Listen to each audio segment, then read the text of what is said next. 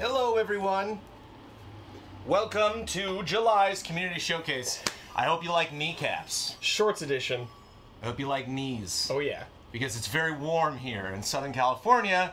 We are bringing you our July Community Showcase. I gotta be honest, if there was any ally I would rather have sit on this couch and expose their sweaty knees to me, it's Brad Ellis. Yeah. Welcome to the Showcase, Brad Ellis. Thank you. Good to be back. Yeah, this is your second showcase. We've been doing the right. showcase for a while. We have gone through all the allies. We are swinging back around for Wave 2. Where's Damiani for the knee team? Yeah. Maybe, yeah, we are workout buddies. I think somebody addresses us as German efficients or something like that. Cool. But that, I thought there would be a little more Sean talk, knowing that Brad was going to be here on the Community Showcase. If you are just strolling by twitch.tv/EasyAllies, or if this is possibly your first Community Showcase, before we jump into it, let me explain what the heck this is. So we have a $10 tier on patreon.com/EasyAllies called the Community Showcase. Once a month, we put up a post where people can submit comments, they can submit photographs, pieces of art that they or a friend or someone that they like has been working on. Some music, video, anything that they use within, you know, appropriate limitations, anything that they want to express themselves through the blank canvas that is the Community Showcase. And then at the beginning of every month, I sit down with one of the allies and we go through all of these submissions. And so we have a ton of comments. This show originally started as a show called Community Comments. So comments always make up like 65% of the bulk of the stuff that we're going to go through. So you will just be sitting and listening to Brad and I talk for a good hour and a half, possibly 2 hours. But then at the end, we will listen to some fun tunes. We will see some cool photographs, some awesome art, and watch some fun videos at the end of it. We gotta get the mics closer. That mic is, the mic might be on camera. It needs to be a little bit closer. Test. Maybe make it a little bit louder. How is that for levels? I can turn the levels up. Crank them. Crank it. Sophie. Hi. He's just rolling over. And we got Sophie here. Maybe Sophie. Sophie, come here. Sophie. Come here, Sophie. You want to come on the couch? Yeah. Yeah. She's like, you guys really hot. I don't know about this. Oh, boy. But, there is always the issue on patreon.com/EasyAllies, just patreon.com in general, where, hey, how you doing? So what you going on now? Where we have comments that vanish. And when I grabbed the comments last night, there were 86 comments visible out of 89 comments. What? This morning when I got up to grab all of the media and put it on the PC that we're going to be looking at, it was 81 out of 92 comments. So there were 3 comments added, but I could see 5 less comments. I know for a fact that somebody sent pictures from a trip that they just made to Tokyo, possibly Osaka, possibly both. And they said it'd be great. I know there's like 100 photos in here. It'd be great if you could show about 10 of them. I could not find that link, so we will have at least one comment that will not be supported. Do you have their name? I do have their name. Also, it's worth noting that if you... We could probably search it on the desktop later. If you haven't visited our Patreon, patreon.com/EasyAllies, you can now go see this post. If you click on Posts on the top there, and then on the left you can see Community Showcase. You click on that tab. Then you can go to the Community Showcase submissions for July 2018. I made that post public right before we went live here, and so if there's any of this stuff you're like, that was a cool image, I want to grab that, or I want to watch that video again, or we have some suggestions. One person shows a trailer for their video game. They have a link to the Steam page. You can go check out the game and support people further. You can go to patreon.com/EasyAllies, find that showcase post, and the adventure doesn't have to stop here. You can continue to absorb all of this amazing stuff. Including amazing stuff, we have a narrative that references the last Q&A that we had, so I might be a little behind the curve on this. Wait, the one you and me had? I was not on the Q&A. Oh, Q&A, sorry. Q&A. I thought Showcase for some reason. Okay. I was not on it. This is from Cisco Ace Jackson Garcia. Okay. Happy belated 4th Allies. Hope the fireworks didn't spook Sophie too much. Sophie's actually pretty cool with the fireworks. Norbert does not like the fireworks. Okay. We were out of the house and we came back late at night and could not find him, and he was like underneath one of the beds freaking out. And I think this is maybe his second 4th of July. I don't remember if he freaked out last year. But Soph's like, whatever. Lunar Valen Academy Stories Post 2. Are you familiar with the Lunar Valen Academy Stories? I don't know. This is the continuation of a narrative. I have to hear the narrative to see. Okay, all right. It references Browligan, who I think might be you. Okay. Okay. Or based on you. Okay. Browligan joined his fellow recruits as they entered the Hall of Paths. As he glanced around at the statues, he understood which one he would be taking. Staying true to the person he had been since youth, he entered down the walkway past the statue of a man in cleric robes holding a rod and orb. The path of the divine. If it's based off me, complete opposite of what I'd actually pick. But before fully entering the hall, it might just be the name. And I vaguely remember this. I think this came up in my possibly Okay. Showcase. Apologies. But before fully entering the hallway, he turned to the path on his right, Arcane. He bowed to the statue and touched its feet, then entered the original path he chose. Browligan was from a religious family of clerics and paladins, but by no means did he relate to them any longer, cast out from his family and village for heresy. The young lad enjoyed the arcane arts and felt he could connect magic and religion. He was a divine paladin who used magic to get closer to his gods, not rituals. In fact, he scoffed at his family for their antiquated practices and obsolete ideals. He was glad that they tossed him out, and even happier when he was chosen to join the Lunar Valen Academy, feeling that it was here that he could explore his strength and passion. As he moved down the wall, he donned some chainmail armor and took hold of a longsword, shield, and rod that he strapped to the inside of his shield when he needed it to cast his spells. A rookie divine warrior looked to push forward the class to the future, an arcane paladin. As he left, he saw that these were the dorms. He was shown to his room where he slung his armor on the rack and had bladed his other gear next to it. Then he sat at his desk to study his books. After hours passed without him realizing, he rose from his seat and sat cross-legged in the middle of his room, drawing runes around him. Meditating, he would attune his spells for the following day. As the morning sun began to peek over the far-flung hills, the corner of Browligan's mouth perked up into a smirk. His adventure started now. He would show them all that religion was not the only way to discover divinity. End post. Whoa. Hey, Jen Cisco, a.k.a. Ace here. Glad to be back here posting these. The way I see it now... So we might have skipped a month. I think that's why I'm a little rusty. The way I see it now, I will finish off the character intros throughout the coming months as the allies each get their shot at the community showcase. Now, Jonesy, you weren't on the Q&A, so you didn't get to hear what the follow-up question for the future of the story. Oh. But it works out since you would be captain of this budding adventuring squad. So tell me, Jonesy, so that might not be you. Tell me, Jonesy, which class will Brianted be meeting Browligan? Which class will Brianted be meeting Browligan? P.S. Thanks for picking a fun class, Brad. Divine and Arcane usually don't mix. So you picked this class. Paladins are inherently connected to the divine in an old D&D, as in old D&D, and they can't even magically, they can't even use magic, only cleric spells. So this will be cool. Also, Browligan, B-R-A-L-L-A-G-H-A-N, is the Bradley family name, anglicized from Gaelic. Oh, cool. We are definitely going to be meeting in combat defense. Combat defense. I thought you'd be like in range class or something. I don't know if you're taking range class. I mean, you know what I mean? That would seem like I'm walking by our classes would like meet. I'm walking by, your class is next to mine. We walk by in the hallway. See, ranged class, we go out into the woods. It's like a retreat. You know what I mean? That's not a class where I think our characters would meet. All right. We would meet in combat defense. Okay. I love it. Kicking off the showcase. 32 pages of a showcase, everybody. That's page 1. Good God. Buckle in. Good God. Brandon K. Gann likes to leave the long ones. This one is longer than a page. So we'll be on page 3 by the time this is done. Brandon K. Gann. Okay. E3 was a great time, huh? Yes. Yes. Before getting into brief reactions to each conference and my top 5 moments of the month, congrats to EZA for outstanding coverage. The production was fantastic, and for getting to the 50K goal. Now on to summaries. Thank you. EA.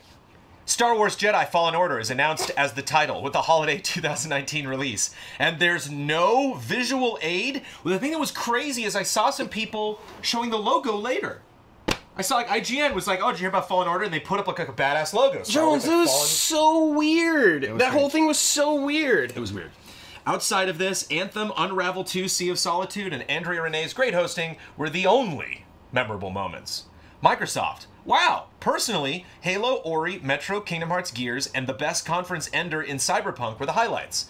But special shoutouts to Sekiro, Forza Horizon 2, the slew of new first-party acquisitions, Division 2, Devil May Cry 5, Jump Force, Dying Light 2. What a show! The best Xbox conference of all time. Bethesda How can there be that much cringe? What happened since 2015? That was great. This year was, Don't get me wrong, Pete Hines and Todd Howard were funny, and I'm all about Doom, Eternal, and Wolfenstein Youngblood, but this conference wasn't good. At least they got ahead of both Starfield and the next Elder Scrolls, 2 next-gen games, and saying ES6 will be after Starfield, and we only have short teasers? This conference was bizarre. Square Enix. I'm a little higher than most, but by not much, on this half-an-hour TV show. Succinct with interesting stuff, but not much in quality. What was there was fascinating, but still notable omissions. Kingdom Hearts was going to be an automatic hit for me. I love looking at Octopath Traveler, and I'm curious about Babylon's Fall. Ubisoft, a solid show, with that all too crucial element, we nailed it, and the Star Fox moment. While this had the least amount I was interested in, Beyond Good and Evil 2 was so captivating, and I want to know so much more. The Hit Record collaboration was a wonderful surprise as well. Sony. This was an experience. Last of Us Part 2 was such an anticipated game for me, and I was really aggravated by the bizarre intermission. So much so, I'll admit, I wanted to write Sony off under the thankfully false pretense on the crowd moving between each deep dive. But I could not think of a better way, rebound, maybe around all four deep dives, satisfying. A new game from Remedy and Neo 2, surprising. The Kingdom Hearts 3 Pirates trailer, shocking. Resident Evil 2 remake, come sit with me, my dearest friend hype, and rejoice in the collective euphoria. Except for Trover Saves the Universe, everything showed wonderfully. I thought Trover at least had a good attitude. And supposedly it was very great. I didn't play Trover. I thought somebody else might have picked that up, but none of the allies checked that out.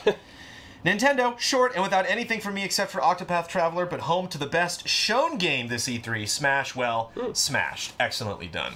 And Brandon's top 5 moments from the month, not just E3. Number 5, Doom Eternal's reveal. Number 4, Sony recovers from horrible conference structure. Number 3, developers are people too, from Ubisoft. Number 2, most of the Xbox conference. And number 1, EZA surpasses 50K goal. Until next year, thanks E3.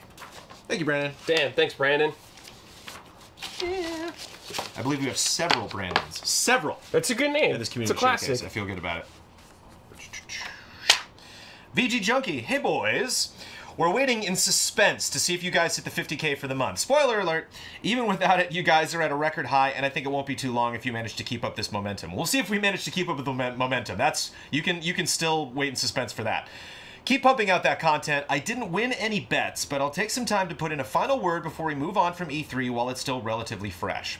I think that Ben summarized my feelings on it best when it came to Sony's showcase. The intermission wasn't great, but in light of the top-tier games and gameplay on display, I found that I simply didn't care. At the very least, that intermission was more interesting than Microsoft's extended Game Pass segment, which went on too long and was outright boring instead of just weird. They got that blemish out of the way early, and the rest of the conference was a 10. Every single game was a game that I want to buy, and that's an astounding feat, one that no other conference in history has accomplished for me. I'm making an exception for Trover Saves the Universe, which was obviously thrown in there to give the Allies time to come down from the RE2 remake hype before it was time for the next big thing. Yeah, thank you, Sony. The next year or two for PlayStation are looking very promising indeed, and I can't wait to get my hands on the games. On the flip side, I have to ask myself if Microsoft convinced me to get an Xbox, and the answer is still unequivocally no. I don't see that answer changing, not even with the announcement of 5 new studios added to the mix, all of which I quite honestly care nothing for based on pedigree, or, in some cases, lack thereof. Woo! Yes, that includes Ninja Theory. Ouch. I'll be receptive if they come up with something interesting out of these folks, but it'll probably be another 3 to 5 years before anything substantial. Seriously, nothing but disappointment following the 360 era. I also don't give a rat's bottom about console crossplay, so there's that too. Switching gears entirely, just curious, Brad, how's Snorlax doing? Excellent. He's next to my Master Sword on the pedestal. He's guarding it.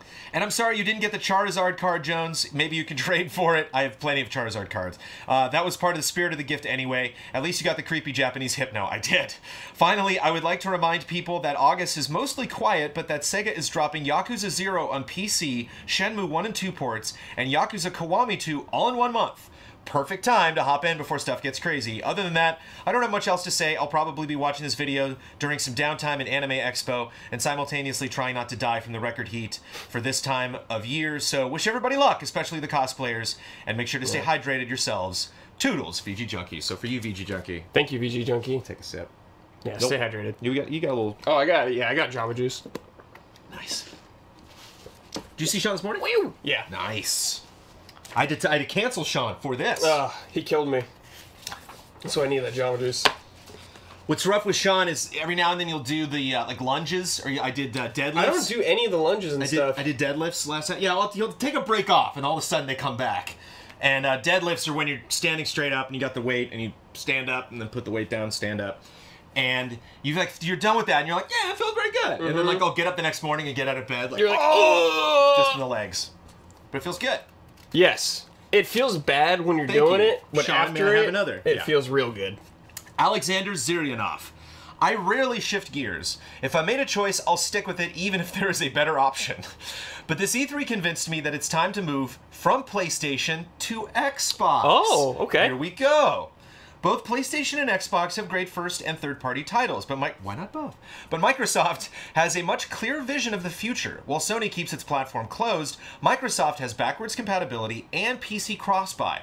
They also push the subscription model with Xbox Game Pass, and they heavily invest in streaming games from the cloud, which excites me the most. I know that many of you are rolling your eyes now, so I'll spend the rest of my comment trying to explain why streaming is our bright future. First of all, streaming enables you to play games anywhere you want. Even Switch forces you to carry the console with you, but streaming doesn't have any such limitations. Other than you have to have internet. Yes. My consoles are hooked to the TV, but sometimes I want to play from my PC in the other room. Thanks to the streaming, I don't have to go and grab the console. Just launch an app and play, unless it involves PSVR or Kinect. This works beyond the next room. I've connected to my PS4 across the city, and it was undistinguishable from playing at home. I know that this may sound like a fantasy, but I live in Russia, and since we've embraced internet so late, our online infrastructure was built with modern technologies and equipment. I live in an old apartment house in a cheap part of the city, and I can choose from 6 internet providers, damn, Whoa. which offers me basically guaranteed bi-directional 100 megabits with 2 to 3 milliseconds delay to the city's biggest data centers for $8 a month. I know that many of you can only dream of such things, but as a network engineer, I can assure you online infrastructure always follows the demand, especially when demand is created by such a big and vocal community as gamers, and when it is supported by such a huge company as Microsoft. No disrespect to PlayStation Now, but Sony's online infrastructure is not even close to Microsoft, so don't judge game streaming technology by what you see today. And when we start streaming games from the cloud, we'll see how great it is. We will no longer waste our times waiting in line, in store, or waiting at home for the delivery or download.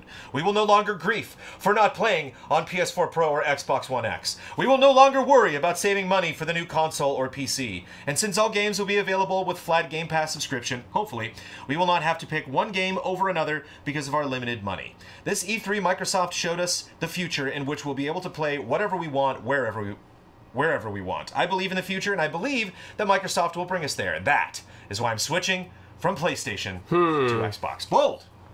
I don't think you'll get all Microsoft games. You'll probably get first party, yeah. Yeah. But third party, I don't think you'll get that out the gate. And there will still be,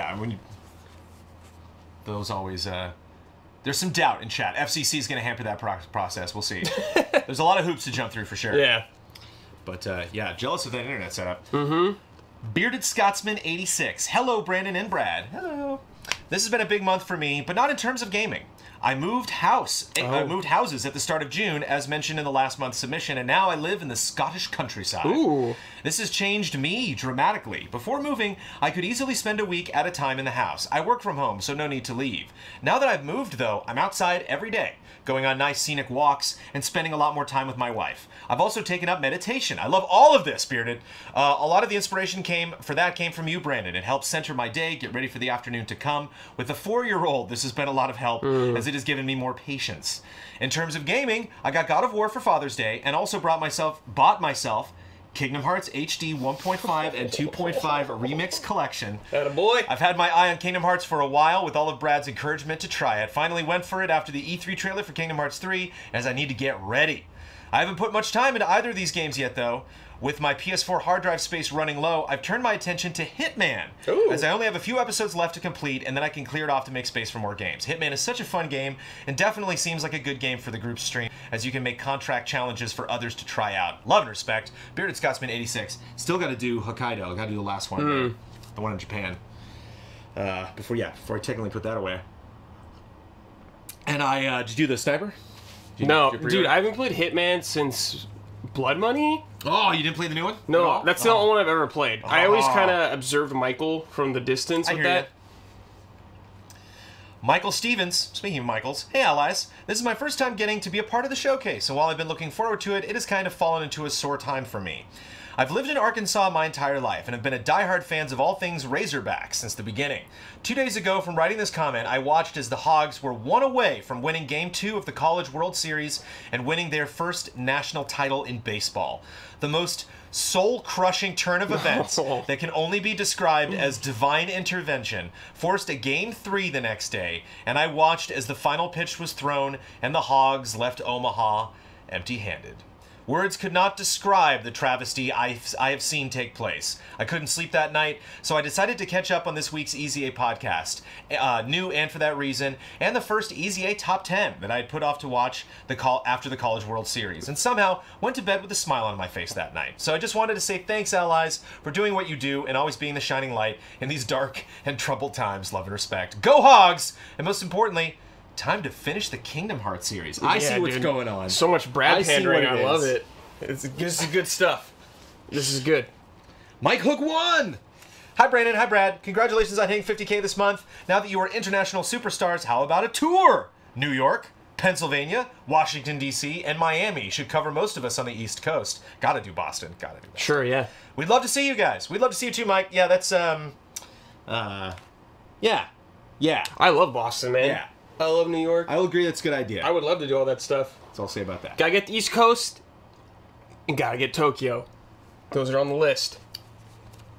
For the rest of it, if we solo somebody, would you go to Tokyo alone? Hell yeah, I'd go to Tokyo. The solo Brad TGS coverage? Hell yeah, dude. Like you were inspired to say something. How would we do coverage, though? Like, what would I do? Just run a gun, baby. Just run a gun? Yeah. Just the camera, like, we're in Tokyo right now! Jackson with a quick one. Resistance 4. The more of it spoken aloud, the better. Oh, man. Bring back Resistance, Sony and Insomniac. Yeah, especially after that ending. So weird. It'd be interesting to see if we get a Spider-Man 2. Like, is this the kind of thing where Insomniac's like, oh, this is fun, we've always wanted to make a game like this and great? Or are they like Rocksteady now, where they're dialed in for like 2 or 3 more games? I was thinking about this the other day. So, you remember in Batman, you started in Arkham Asylum, then you went to part of the city, then it was like more of the city, but in Spider-Man, it looks like we're all in Manhattan already? Right. Where are we going to go from there? Other places. I mean, I don't know. Than New York. I don't know a lot about the Marvel universe, so you got to let me know where they're going to go. I mean, places that aren't New York. Like, where does Spider-Man go? You see Infinity War, he spends most of that movie, or part of that movie, not in New York. Yeah. In another place. So. But like, you got to think of the swinging. Will it be fun to swing in an area where there's not a lot of tall buildings? I believe Insomniac would. I mean, I trust Insomniac 100%. Would not put us in an environment that is not fun to swing in. But yeah, I wonder. Whatever they're doing, I'm down with. Pretty much. Teague. Hello, Brandon and Brad. I'm a new patron, having pledged just after E3, where I discovered you all and then upping my pledge shortly after. Mwah! Thank you, Teague.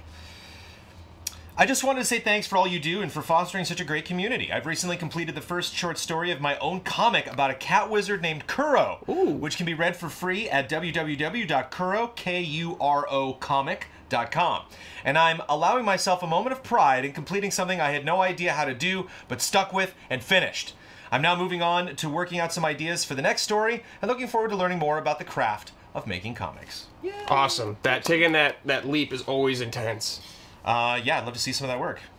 Congratulations. Good job. XWF Outlaw with a meaty post. Meaty. Hello, Jones, Brad, and chat. June was a very crowded month for a lot of people. So I hope that the next few minutes won't take long.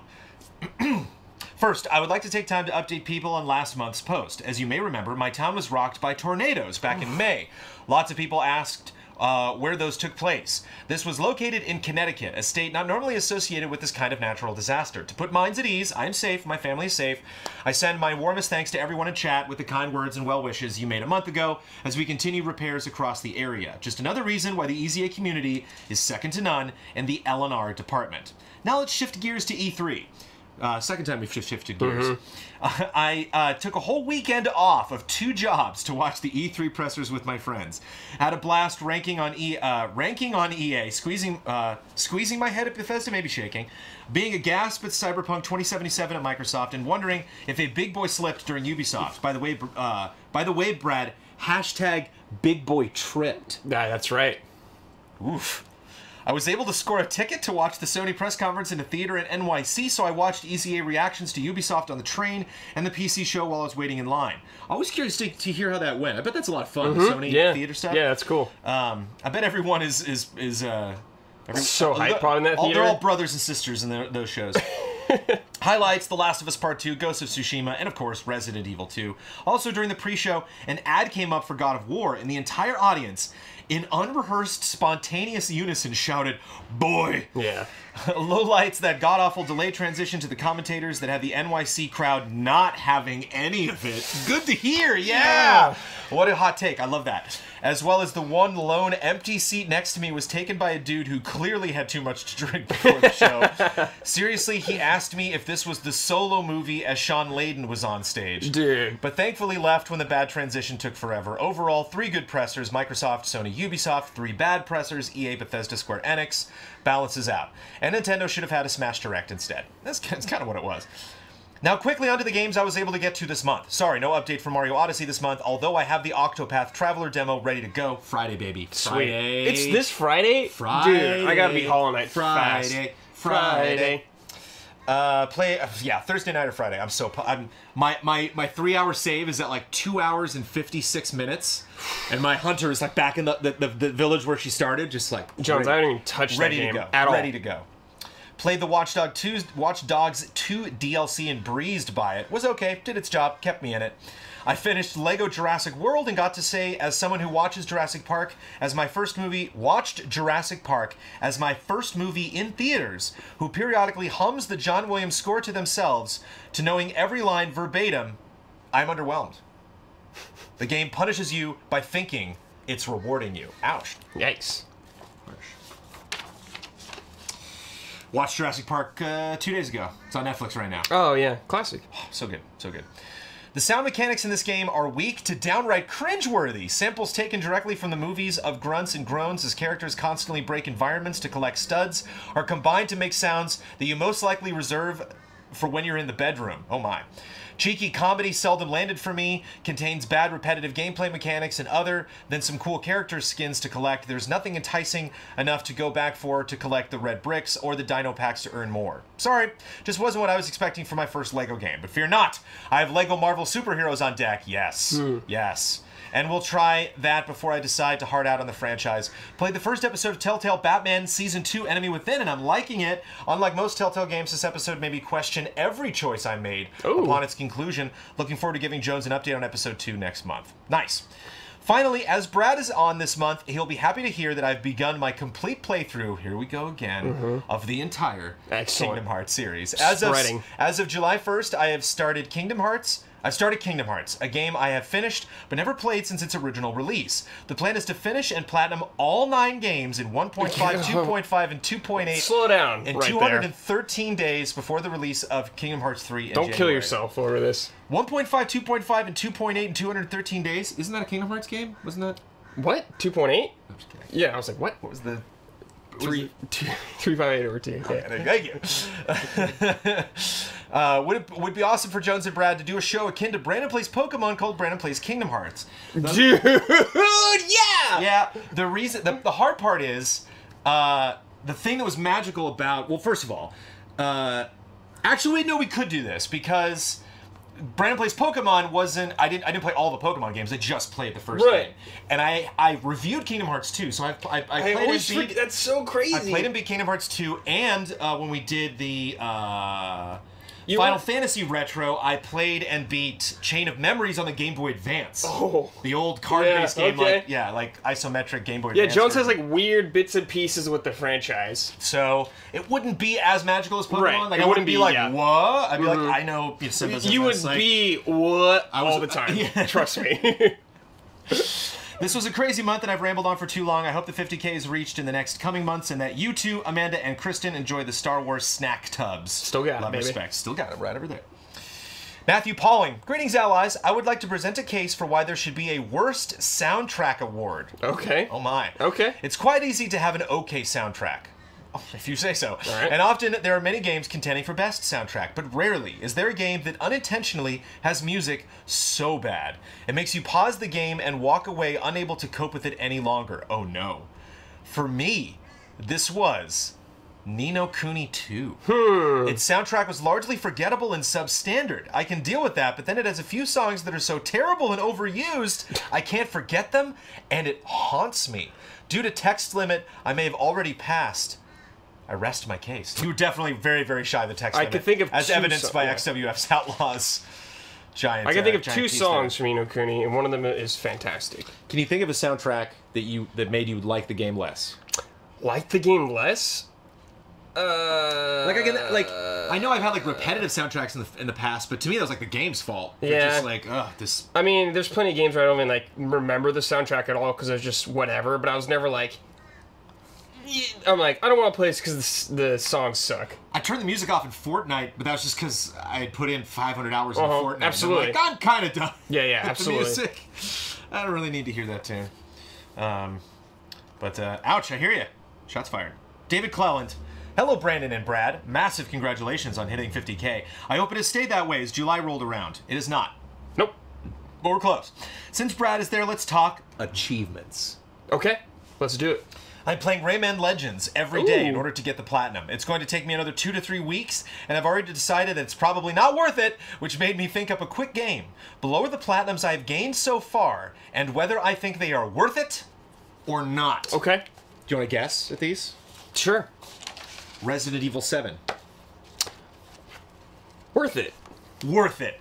Resident Evil games are a joy to play through multiple times, and the benefit of better weapons with the benefit of better weapons and knowledge. Nier Automata. Worth it. Worth it. I love everything about this game, including the fact that you can buy the trickier Yeah. trophies with in-game currency. Don't even feel bad about it. Yeah, Creator's that's so intent. funny. South Park: The Fractured But Whole. Feel bad. I can say they feel bad about it. Not worth it. Only because I had to Yeah. do a second full That's playthrough what to it get was. the last trophy. Not worth it. Rocket League. Ooh, that sounds painful. Not worth it. Worth it. Whoa. I think I got it just by playing. Really? Just Is it that happens. easy? I guess so, yeah. Okay. Horizon Zero Dawn. Oh, worth it? Not worth it. Ouch. This is a fantastic 20-hour game, but the stale side quests, go here, pick this up, collectible hunts, turn it into a tedious 60-hour Sure. game. I totally hear you. Shovel Knight. Oh, worth it. Worth it. Hell Some tricky yeah. ones here, but it just meant playing more Shovel Knight, which is never Yeah. bad. Resident Evil Remake. Worth it. Worth it. Yeah. Okay, that one's a gimme. See above. Doom. Ooh, Doom. I don't know what they are. I'm gonna say not worth it. Worth it. Okay, I just good. loved playing it. Looking forward Great. to Eternal. So that might be a little biased there.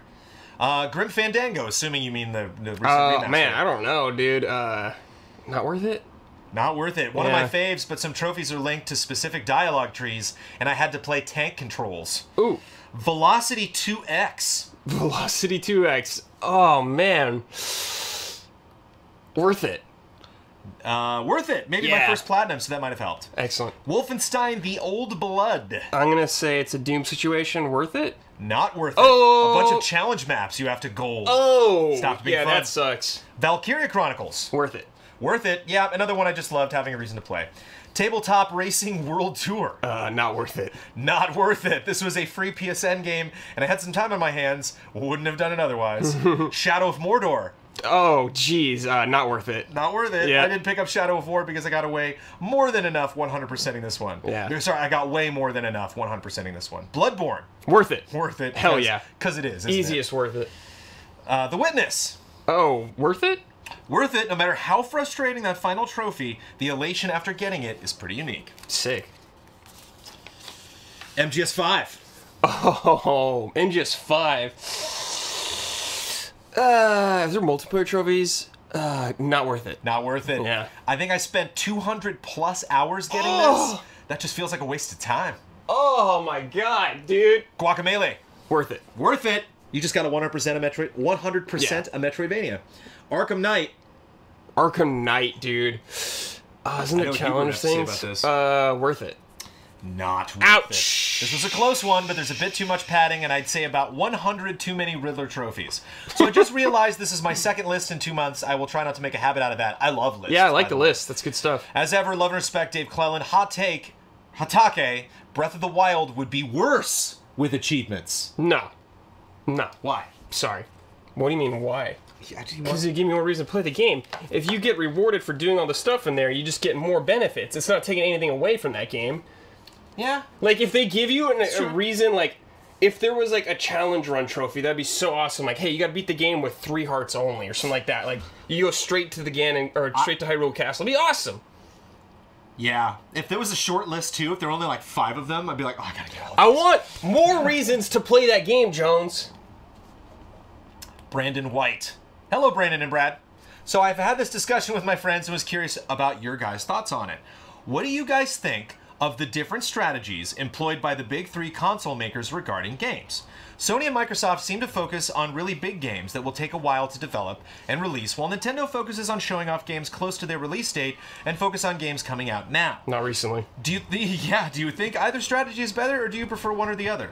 I mean, I like to see when they announce a game that come out sooner than later, usually. But, I mean, Nintendo's...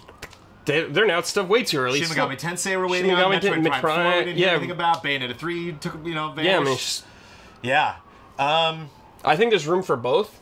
And I think the reason why, Brandon, you're thinking of Nintendo in that mindset is they only release one like really newsworthy It's game like a month. if Breath that. of the Wild. I think Skyward Sword came out in 2011, Right. and we got Breath of the Wild like last year. So I think Nintendo can do that because they're like porting a lot of fun games to Switch. Right like, now. some interesting Neo Geo games pop up on the store. They're filling you a know, space yeah. right now that they need to. But I it's tough because as a consumer, I appreciate having games closer to when they launch. Yes. I gotta admit, I was really happy when I saw that end of January release date for Resident Evil 2. Like, that's a good feeling. Yeah, Capcom's been doing that a lot. But It's at the great. same time, like, as a person who loves trailers, who loves advertising, like, I don't mind when something like I'm not angry at Final Fantasy VII Remake. Yeah, right now, Final Not like, Fantasy what? felt like a moment where they were like, You just want to say hi to everybody? Just pop in and say hi. Just say hi. Say hi. It's like, just say Say hi real hi. quick. I have a little laryngitis. Oh, okay. Then you can just wave. Hi, everybody. She's on voice rest. Oh, congrats on the book, baby. Thank you. Woo. I got book a You job. can't say what it is, but I did No. book a job. Well, I don't know what it is, so. Congratulations. On Scoops. whatever. Question mark, question mark, question mark, question mark. Yay. yay! Take it cheesy. What's this? Huh? Ooh. Ah. No, that's like, I think it's a Norbert toy that Sophie stole. Oh. There's a catnip in it, probably. And it's damp. But it because does- she was chewing on it. But it does look like, it looks a little bit like a poo. Just a little bit. It kind of looks looks like this looks like very Bloodborne. It looks like a corpse. Yeah. Like very Silent Hill, you know? Crush it. Don't give the... Ibrahim Sozer, hello again, allies. From the unofficial Alliance Discord, we are bringing the results from the unofficial Alliance Discord betting special. Cool. As a recap, 4 teams participated, each being led by their captain. Gutsy Goombas, guided by Limey. Raunchy Ridleys, launched by Rooter McGavin. Squirtle, I just watched Happy Gilmore the other day. Squirtle Squad, led by Oh Yes Cool Great. Xiphoid Xenos, commanded by Elinus? I don't know. The Gutsy Goombas and the Raunchy Ridley squared off against each other, as did the Squirtle Squad and the Xiphoid Xenos.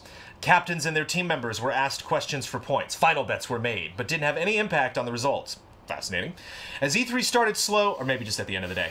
As E3 started slow, so did the betting. Microsoft was the conference that put everybody on the board, with the Gutsy Goombas getting 3 right answers. Then, things slowed down again, with few points being rewarded. Never bet against Skyrim. Sony made things interesting again. Sean Layden kept his fingers glued together. A baby was possibly heard faintly crying, and Days Gone was nowhere to be seen.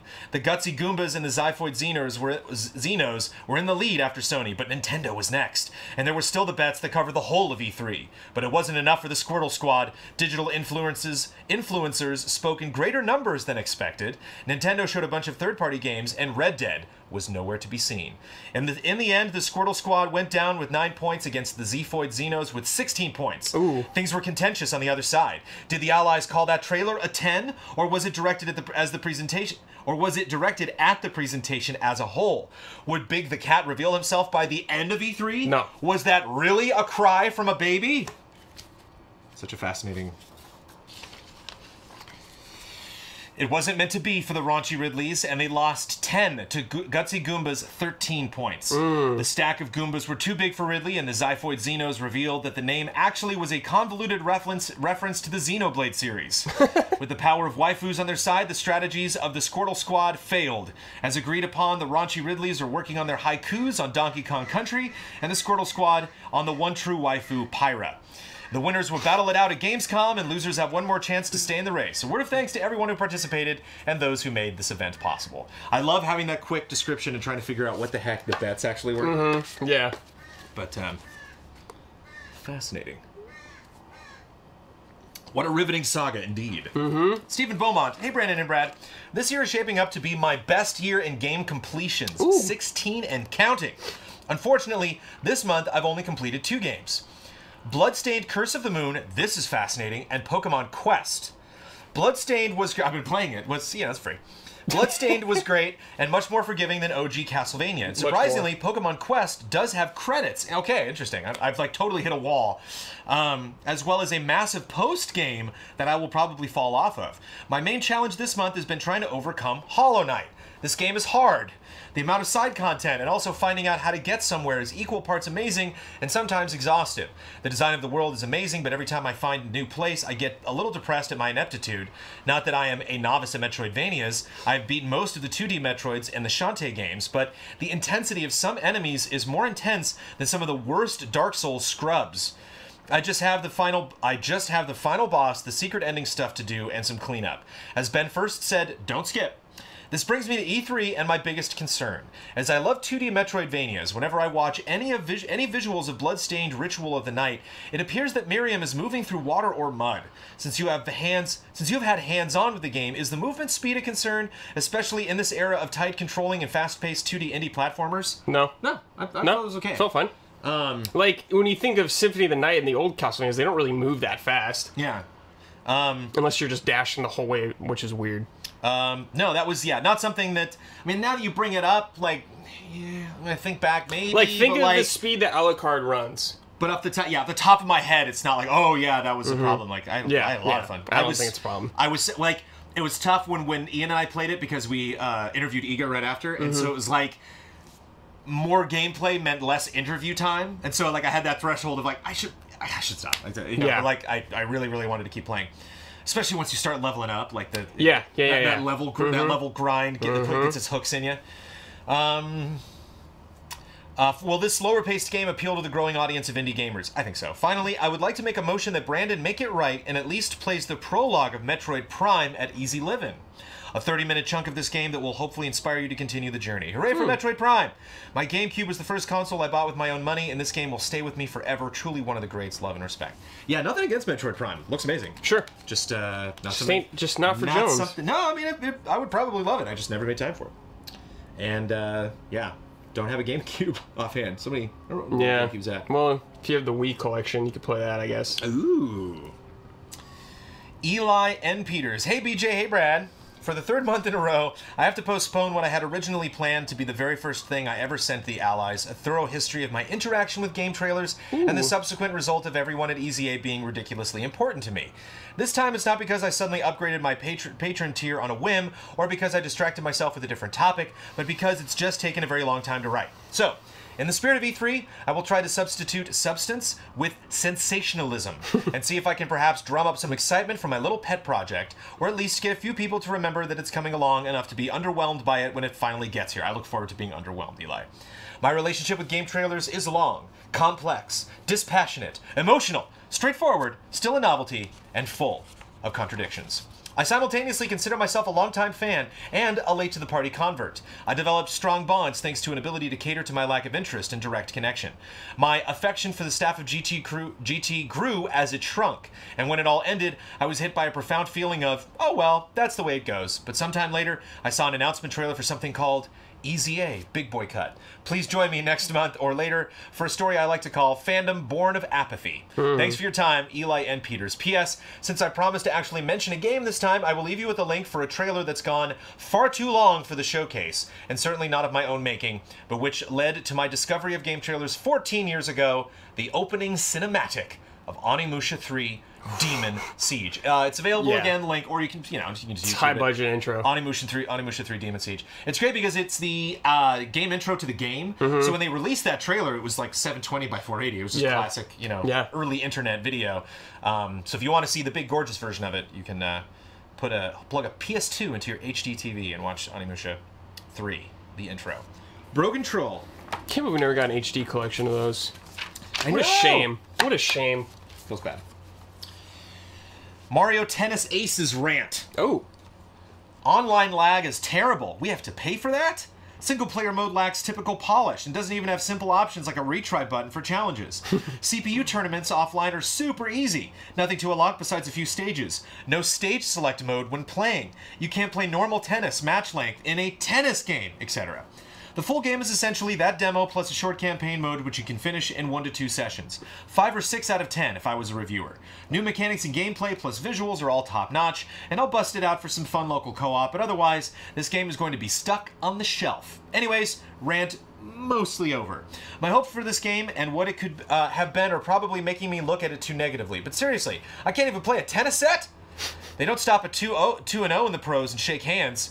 I'm fine with online mode being that way, but you can't edit it for yourself solo offline. Imagine the outrage of most gaming communities when this was implemented similarly. This is like a Mario Golf game where you can play 9 holes, you can't play 9 holes, let alone 18. My question, I'm starting to worry about Nintendo a bit with their big releases due to Mario Tennis Aces. I absolutely believe this game was pushed out too early.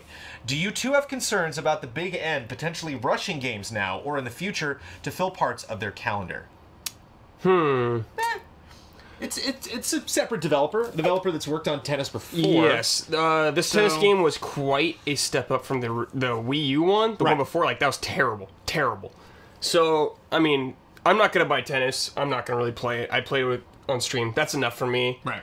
But I don't feel like Nintendo's rushing. Like, I think Metroid Prime 4 not being shown at all is a clear example of them not rushing stuff out necessarily. Like, they do one Zelda, one Mario usually, and like a console generation. That's it. Man, speaking of Metroid Prime, I'm totally gonna play 4. Yeah, hell yeah. You You better know? play 4, dude. Get on that. I didn't even think about that. Pokey Clyde, congrats on 50K. You deserve it. Best in the biz. Thank you. Clyde. Thank you. Lapis. Greetings, allies. Greetings. Oh, by the way, because he says Mega Man Legends is one of the greats. Okay. Not yet. Tis not. But getting back to Broken Troll, do you know what game that you can play a full tennis game in? Virtua Tennis. Grand Theft Auto 5. Oh, dude. Forget the mild spoilers. The year is 1997, 1 year before The Legend of Zelda Ocarina of Time set the bar. Mega Man Legends is released just before Christmas. You boot up the game to the sounds of tides washing in and out, while the narrator describes a world of lost technology, a world of hopes and adventure, but most of all, a world of diggers. Diggers are those who delve into the ruins of a lost civilization, and Mega Man Volnut is one such digger. Yes. I'm familiar with Legends. Oh. I've beaten it. The game has you split between the town and the underground ruins. While not immediately obvious, all the ruins in the game are actually a massive interconnected labyrinth. Yes. Some false walls and high ledges are the only thing separating the tiny cave you save a shopkeeper in from the final boss of the game. Now let's talk about the town. I can't even begin to express how many true and human characters inhabit this place. People that feel like they have lives and plights. The side quests that often involve these people do more than just right a wrong or help someone. They actively contribute to the sense of community that pervades the entire game. Honestly, this is not even the tip of the iceberg. This is one of the first true 3D games, yet it feels so precise and good in your hands. The sounds have a weight and impact that no other game of its era can match. I don't know if I've ever met characters that I've wanted to love quite so badly as the delightful and sometimes twisted people scattered across catalogs. That wasn't enough. They also made every dungeon in this game connected. They made a vast labyrinth out of the most complex and challenging parts of the game. Guys, they made a whole real world with trucks that can run you over, a sewer that leads into deadly robots, and a whole lot of real people. Please, play this game before the next Hall of Greats. I love that he says before the next Hall of Greats, just knowing. Oh yeah, Kyle's gonna I bring play it it. again. I didn't get to question Kyle on the underground part, which I think the underground dungeons I think are pretty boring in this game. Ooh. I remember going through this and being like, woof, every time I have to go down there. When did you Town's play it really recently? jolly. No, I played it when it came out. Back in the day, I liked it, but it feels good. I don't know if Mega Man Legends feels good necessarily either. really weird camera controls on the trigger. Okay. So like that was before the analog stick. You're like, I like Mega Man Legends, but I don't think it's ready yet. All right, we'll see. What if he just keeps trying every single time? What if it's like 48 attempts before just out of sympathy, just because we want to shut him up? Before it's like, all right, fine. I don't know, Get that man. in there. If Mega Man Legends gets in for any Grand Theft Auto, I'll be extremely upset. Jason A. Sackle. For the month of June, as far as video games go, I started with Yoku's Island Express. That game, just fantastic all around. I know next to nothing about this game. Mm-hmm. What is this? Yoku's Island? I don't know, I haven't played it. I just can't think of a bad thing to say about it. Any issue I had was my own doing. If I was rushing, my timing would be off, and I can't hold that against it. Absolutely loved it. I wasn't really interested in any games coming out this month, but I did download Mad Max via PS Plus a few months back. The biggest flaw of that game has to be the driving controls or the writing. Definitely the writing over the driving controls. Anyways, yeah, the driving was pretty trash. There was one driving mission in the game that made me almost give up entirely and delete it forever. I enjoyed the movies and wanted to enjoy this, but in the end, not so much. Ouch. E3 also happened. I think the best moment was probably Ubisoft's opening with the marching band because I couldn't shake the thought that this was an elaborate celebration of F you, Vivendi, we're free! Quick rundown of games I'm looking forward to that were shown. Tetris Effect looks divine, and yeah, it is really fun in VR. Sea of Solitude has me curious. Kingdom Hearts 3 looks beautiful. We Happy Few has me interested. Tunic seems quaint. Beyond Good and Evil 2 has me wanting to play the first game. Skull and Bones looks more intriguing than Sea of Thieves ever did. Transference still looks like a blast. Loved the demo at PSX last year. Sable looks like a delight. The Last of Us Part 2 looks fantastic. Ghost of Tsushima looks cool and kind of has a Yojimbo vibe. Control looks really neat. Spider-Man looks fun. Dreams, just let me buy that game already. I'm with you, Jason. Super Smash Bros. Ultimate looks like a Smash game. That's good enough for me. Those are all the games that have me interested in a potential purchase upon release. No Sekiro? I like that you brought up Dreams. Yeah, ouch. Finally played The Awesome Adventures of Captain Spirit. Ooh. I didn't care for Life is Strange in the slightest. Okay. Yeah, sure. In the slightest. But the trailer for this had me curious, which is weird because I loved Life is Strange and haven't played Captain Spirit yet, but that's gaming for you.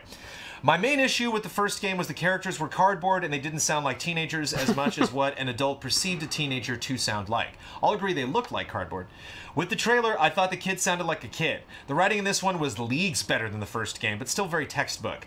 I did try to do things a little different a second time for curiosity's sake, and saw differences in reactions, some of which felt a lot more natural, but I was checked out at the point due to how my first playthrough went. In short, something is off in these games when it comes to writing, mainly the characters. There's certainly moments that are good, some even really well done, but if it ends and plays out the exact way you pictured it when you started the game, then what is the point? Jason does not hold back. Jason has the gloves off all the time. I want to say takes the gloves off, but I don't know if Jason even wears gloves. That point about knowing how the game will end, necessarily, like, what's the point? Sometimes for, like, me, it's about the journey and how you get to that point. Oh, yeah, that's why I don't necessarily care about spoilers that much. Because it just changes the viewing for me. Sure. Like going from, I can't wait to see what happens, to, I can't wait to see how this thing works out, is not like a better or worse Remember when situation. we were like, oh, I can't wait to see how Anakin becomes Darth Vader? And then we saw, and we're like, oh, that was weird. Or like every time Obi-Wan was hanging off a ledge, like, no, Obi-Wan, Yeah. I don't want to die. Hello, allies. I don't know why I was sure this month Blood would be the special guest for the showcase, so I preemptively wrote about a game I played recently, Her Story. When the email came, I saw Brad was going to be the chosen one. I thought, oh my god, I'm not prepared for Ultima. Then I remembered Ian won the special, and I chilled a bit. Took a second to look at the games I played this month, and it was obvious what I was supposed to cover. Backstory 1. Back in the Wii days, I bought a couple of GameCube to SNES port adapters from Retro USB to play Virtual Console titles. Since I had the SNES from my childhood and 2 working controllers, I thought it would be a good way to better emulate the old school feeling and save the energy in the Wii mode batteries for Wii games. It was a solid investment. Backstory 2. When Smash for 3DS and Wii U was announced, I was not interested. I've never played any game in the series, but some guys from work convinced me to get the 3DS game so we could all fight during lunchtime. We didn't play much, but I enjoyed the game. I was not very excited for the Wii U version, but that changed when Nintendo announced that people who registered both the 3DS and Wii U games in Club Nintendo would get a CD with the soundtrack of both games. Ooh. I'm a sucker for video game scores, so I couldn't resist anymore. Since I was already forking the cash, I got the edition with the GameCube port adapter and an extra controller. Backstory 3. When Bloodstained Ritual of the Night was announced, it didn't take long for me to back it. I love Symphony of the Night and pretty much all things Castlevania, so when I received the email with my download code for the Switch version of Curse of the Moon, I was very excited. We both were. Believe it or not, I got into Castlevania because my wife loved it. Nice. I had only played Symphony of the Night, but we've beat the NES, SNES, and TurboGrafx games together, and I've conquered Evil alone in the GBA and DS games as well. TurboGrafx? TurboGrafx, yeah. TurboGrafx Castlevania? Well, it's the Rondo of Blood. I think it was, oh wait. Because it has a different name in Japan.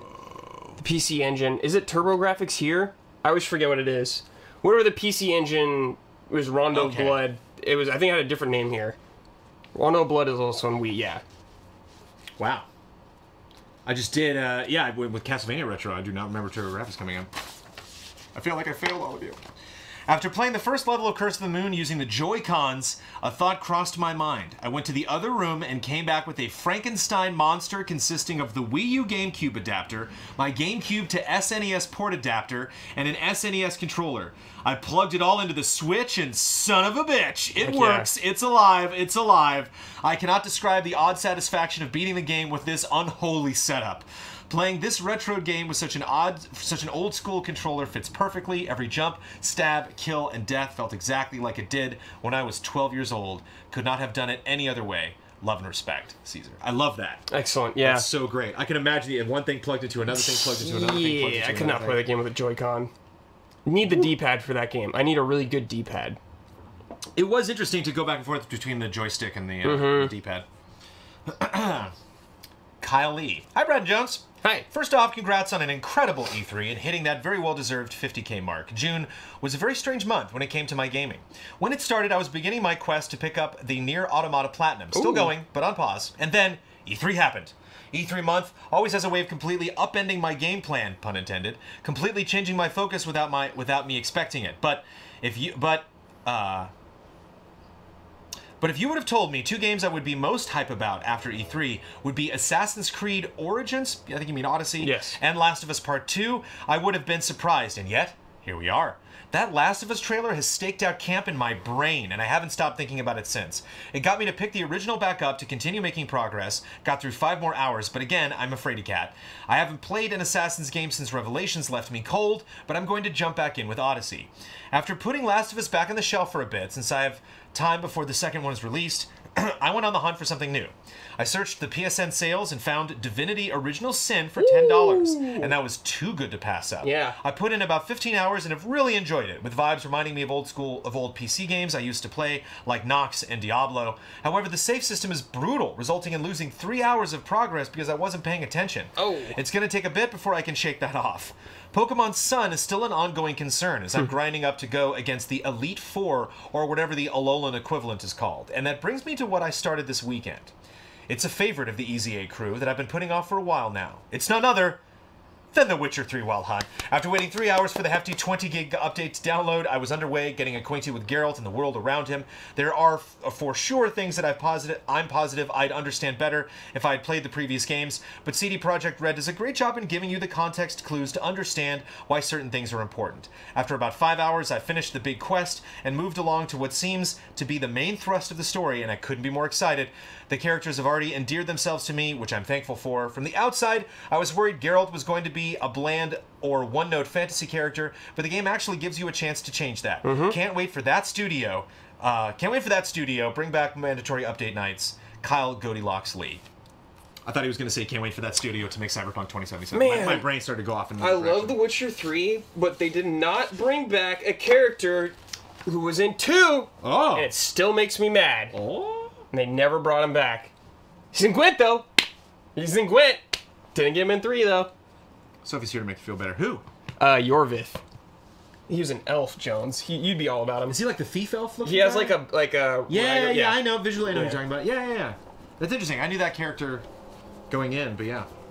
He was big role in 2. Are you sure you just didn't like miss him or something? I've Is that like a confirmed with Easter egg? Huber, and Oh. I've talked to Blood about this. Oh! What does Blood think? Was Blood upset? I don't know. I'm not sure. You know, So it's hard to tell with Blood. So for you upset, Pups? He was just probably like, yeah. That's about it. And like 2 DLCs, and they couldn't fit him in anywhere. Amazing game, though. Harry Waterhouse. Hi, Jones. Hi, Brad. Capcom is a studio that I never paid much attention to in the past. I hear from a lot of people online and some friends that Capcom is their favorite studio. The only Capcom IP that I've ever been into was Resident Evil? Beautiful Joe. Beautiful Joe! Wow! So at the start of the year, I decided to try more Capcom games to see why people love them so much. At the start of the year, what an awesome thing to do. Yeah, Just give damn. a publisher What a a try. history to go through. At the start of the year, I bought Monster Hunter World, and the story did nothing for me, but having 3 strangers join my quest to fuck up a Diablos is awesome. Yes. After about 50 hours of playing it, there's nothing there pulling me back into the game. Maybe there will be another fun crossover costume I could get right now, but I'm fine with putting the game away. I'm fine with that too. Harry. Absolutely. Me and my friend played through Resident Evil 5, and I had a real good time with it. When we went through we then went through Resident Evil 4. I wish I played this a long time ago. I'm awful at playing this game, but I loved every second of it. That's good to hear. Excellent, that yeah. it holds up. Good. I just beat Devil May Cry 4 and liked the first half playing as Nero. The second half just made me do the exact same thing, but with Dante, Yeah. who I found nowhere near as fun as Nero. And now I'll ask you, Jones and Brad, what are some other Capcom games that I should be playing? Thanks for taking the time to read my comment. Love and respect. I mean, Resident Evil Remake. Yeah, all the, like, any of the remake Resident Evils, Resident Evil Remake is, like, #1. Any of the Mega Man games, the OG, like, the number 1 through, what is it, 10? We're getting 11. Revelations 2, I didn't play Resident Evil, but... Yeah, it's good. Play with a friend. I think If you want to play with a friend, yeah, you can play that. Shoot, what was I about to say? Oh, dude, all the fighting games. All the Street Fighters, all the MVC games are all really fun. Darkstalkers, it's all really good. There's a lot of great platformers from, like, the Super Nintendo era, like Aladdin. It's really good. Man, there's so many good games. Onimusha, man, there's so many good Capcom games. Oh, play through all the DMCs. They're so easy to get, too. All in the HD collection. Ace Attorney. Yeah, Ace Attorney. Oh, RE7, yeah, definitely RE7, yeah, all the RE7's Resident Evils. amazing. Okay, we've gotten some, I'm going to go in voice rest for just one comment. Cool. And we've gotten some Brad pandering comments within comments, but I feel this entire comment. Excellent. is right up your Where am I alley. reading? It goes on the next page too, Zach Walton. Okay.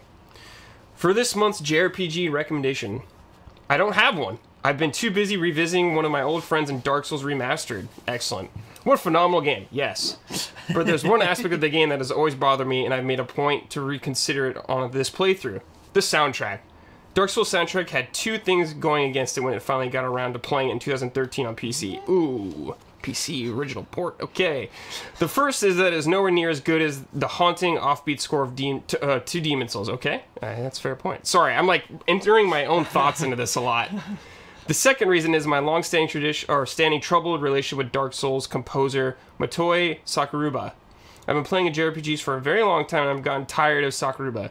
His samey approach to composition has always rubbed me the wrong way. On this playthrough, I actually began to appreciate a lot of what Sakuruba did in the score. I still think his cheesy epicness comes through in a bad way with some boss fights, though. Here are a few standouts. Gravelord Nido. Cheesy epicness. Yeah. I just love that. Now, this is what I'm talking about. The off-kilter piano and harpsichord combo combined with this continually raising strings leading into guttural chants and whimsy female vocal lines. It fits perfectly, and I adore it. Seath the Scaleless. Somehow, Sakuruba has turned his usual epic style into something that's actually kind of whimsical and fun. The combination of his usual brass and choral lines with the dreamy ascending and descending heart fits so well with the arena. The real standout to this track is the discordant xylophone that I feel really sells how insane Seath has become in the quarters and mortality. Question for mortality. Xylophone is one of my favorite instruments, by the way. I'll take that from Okay. Ornstein and Smough, however you want to say it. Wow, I used to hate this track so much. I thought it represented everything that I hated about Sakuruba, but I began to warm up to it on this playthrough as I was helping out other players in jolly cooperation. That could help a lot, yeah. I love the organ solo that comes in around 1 minute mark, what this separates the opening and the main melody. Speaking of which, the main melody is this kind of epic that I enjoy as the brass is not overbearing and really works with the strings and chorus to create the sense of majesty that Ornstein and Smough emulate. Finally, my absolute favorite track in this game, and was actually a track that I loved on my first playthrough, Ancient Dragon. This is the song that plays when you get to the gets to Ash Lake. Ah, yes. It's so simple, and it uses use of a bell, a bass drum, and ink-changing male and female choruses. but it's so effective in conveying the solemn nobility of the arch trees. The visuals combined with the song make Ash Lake my favorite location in any video game. In conclusion, Dark Souls is a good soundtrack. And I let my beef with Sakura over this lackluster Tales score cloud my judgment. As an aside, Brad, do you have a favorite track from Dark Souls? Much love and respect, Zach. Gwen's theme Ooh. is incredible. Ready? I love just the title menu. Firelink Shrine is a classic. Moonlight Butterfly and Sif are really good. But I could totally understand your point. Some of the songs I don't think stand out super well. They're just kind of like, whatever. You don't think about it after, but I hear you on some of that.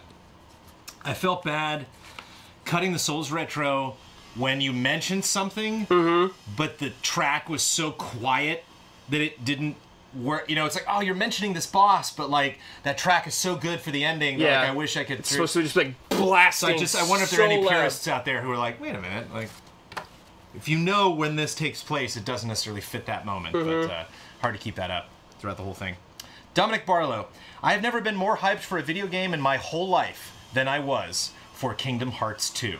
Ooh. I remember being on fan forums for at least 2 years, starting with discussions and arguments about who the blonde-haired kid in early preview screenshot was. We called him BHK for short. He turned out to be Roxas. I remember watching and rewatching a blurry video capture of the deep dive secret ending from the Japanese version of Kingdom Hearts 1, and then watching several fan-edited versions of it set to Linkin Park and System of a Down. Those were the days. Yeah, AMVs, dude. So funny. Of the evanescence, the early days of YouTube. Of just... Yeah. Oh, yeah. I remember tragically learning the names and ranks of every Organization 13 member by heart. I remember, even more tragically, writing a beat-for-beat recap of Chain of Memories for people who couldn't be bothered buying the game on GBA. Dude, yeah. I'm pretty sure these already existed on GameFAQs, but by God, I felt important. I remember reading rumors that Tron was making an appearance. I looked up what Tron even was, since I'd never heard of it, and I thought to myself, pfft, that's ridiculous. Shortly afterwards, I saw a Famitsu... Keep in mind, he is not... No word yet on whether he still thinks that's ridiculous. Yeah, yeah. Shortly afterwards, I saw a Famitsu magazine scan with Bruce Boxleitner's neon blue face next to Sora's and thought, well, it's still ridiculous.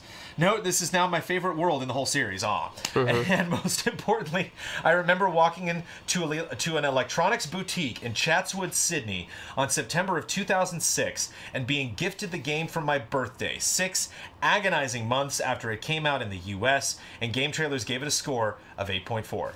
Wow, you gave it an 8.4. Wow. 8.4. I finished it off with a couple of weeks, and much to my disappointment, I agreed. Haha, Kingdom Hearts fans. Sure. I thought I gave it an 8.5, but I guess I gave it an 8.4. That's a good score, man. Well, thank you. That's a good score. Many Kingdom Hearts fans did not feel those. Okay. All this and more came flooding back as I replayed the game last month for the first time in a decade on PS4, and wouldn't you know it, it holds up. It's the new additions that make it sing. The 60 frame FPS gameplay is refreshing. The final mix battles are surprising, and maybe Brad can answer this, but did they actually make Proud Mode difficult this time around, or have I just gotten worse? I think there's critical mode. I'm not sure. It might be, they might have tweaked it a little bit since they added critical mode. I don't know, dude. In any case, between this and my trip this weekend to the Sydney Opera House for the Kingdom Hearts Orchestra World Tour, it's safe to say that I enjoy Kingdom Hearts 2 now more than ever before, even in my most fanboyish days. It is, most assuredly, a good game, except for the Roxas prologue, that still sucks. I like the prologue. But I do like the prologue. I actually got emotional when... Is it when Sora comes back and cries, and it's like, whoa, and he doesn't know why he's crying? That got me. Yeah. That moment Heck got yeah, me. dude. Post-concert edit, I have now seen Yoko Shimomura play the piano, and I feel good. Excellent. Sebastian Hall. Hello, Brad and Brandon. Hi. I don't have super much to contribute this month. So I thought I'd just give a little update on my gaming progress. I'm starting to realize that my goal for this year, to finish a game a month, is going out the window. Yeah, looking back, I have gone through quite a large amount of new games, so maybe it's more than I need a break than anything. I recently went back to The Division with some friends. I haven't played this since launch, and it dawned on me how far the game has come. I mean, it's still a grind fest, but there are so many small quality of life improvemements, and the Underground expansion added some new randomly generated content, which I've enjoyed. Secondly, I received The Last of Us Remastered, and I've put in a couple hours into it. This is another game I haven't played since the PS3 days, and it hit and it hit right in the feels. The opening had me crying like a baby, and sneaking past the clickers on a high difficulty is exciting and scary. Each area got me on high alert, and once I've managed to get through it, I can take a breath as I dare to breathe again. Once I am through with this, I will finally get around to giving Ori and the Blind Forest a go, as my housemate keeps going on and on about it being a game you have to play or you'll be missing out. Lastly, I want to give a shout out to remind people that we soon are getting Zone of the Enders 2 Mars on the PS4, so go and pre-order. Lastly, just a shout out to Brad for always looking so dapper, and he seems to be such a sweet person now that Ultima is finally gone. Oh, Love thanks. and respect, Sebastian, aka Lotiaz. Thank you. Do you feel a change internally? No. Small Leviathan posts twice because Small Leviathan, much like I'm sure other people this month, unfortunately Small Leviathan's comment whoosh, washed away. So we'll be hearing from him again. Small Leviathan, hi Brandon and Bradley. E3 Hi. was quite the spectacle this year, but I actually want to get through my thoughts on it rather quickly. As I've gotten, yes, there is we have a saw cutting metal, I believe, possibly wood, and we have somebody Big City mowing their lawn, or maybe a lawn blower. So we sounds got like a both of those lawnmower, on our yeah. side. But it is It's hot, dude. it is hot. The doors are open. We apologize. E3 was quite the spectacle this year, but I actually want to get through my thoughts on it rather quickly, as I've got something more pressing I'd like to talk about. With that said, the proper reveal of Sekiro Shadows Die Twice is fantastic, though I just want to say that I'm predicting that it'll have a big supernatural twist, Bloodborne style. Probably. The shadow drop of Hollow Knight for Switch was neat, and Smash Ultimate is one of the grandest moments in Nintendo Direct history. With that said, my second biggest surprise was probably Dying Light 2. Ooh. I like Dying Light a lot for its gameplay, but the story is mediocre at best. I agree with you! A problem that seems like it'll be solved with Chris Avellone at the helm of the sequel. So what was the biggest surprise? Literally a page-turner. It just happens to be the main subject of this month's submission, because my highlight from E3 is when Splatoon producer Hisashi Nogami came on stage following the Splatoon World Championships to announce that there were only less than 36 hours from the worldwide release of Splatoon 2 Octo Expansion. Octo Expansion is a curious beast, being structured very differently from Splatoon's previous single-player campaigns. Rather than putting you in hub areas where you have to find and complete all levels before beating a boss and progressing to the next hub area, Octo Expansion tasks you with finding 4 items spread out at specific points in a vast network of gradually discovered underground subway lines. This might seem like a more streamlined approach to level progression, but in reality, it allows for a great deal of exploration, as there is more than one way to reach each objective, and you only have to complete a fraction of the 80 levels to get there.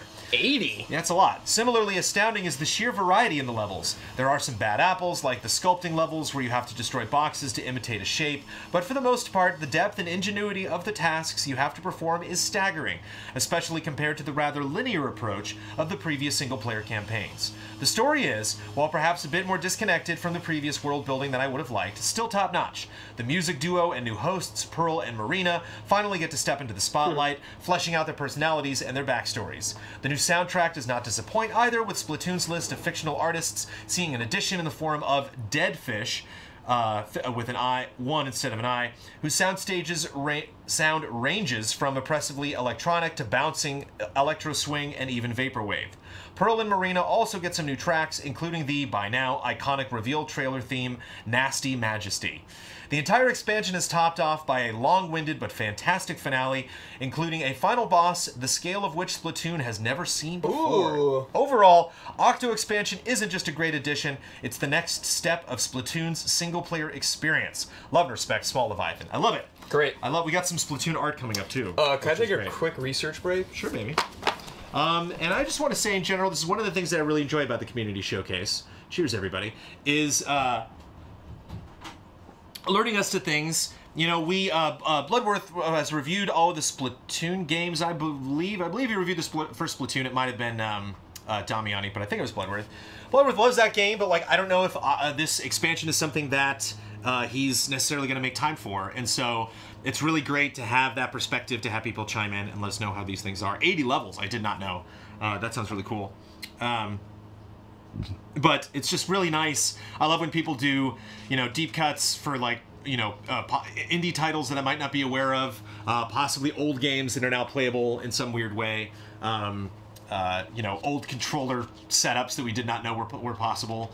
We had something earlier in this episode talking about streaming technology and ways that Alexander Zhirianov has used that to his advantage. So it's nice getting those specific details because there are 9 of us here at Easy Allies. We try to cover as much of the industry as we possibly can. But it's nice to have people come in and do that homework for us. But yeah, Dying Light 2 was fun. I liked the demo. I'm curious. Again, yeah, I didn't really feel an ownership of the city, and the story did not really blow me away in the first game. And so it's interesting that you have more choices, that I can look out on that skyline and be like, yeah, I actually made things happen, and the city looks the way it looks. And not only that, but like I'm dealing with the NPCs I want to deal with.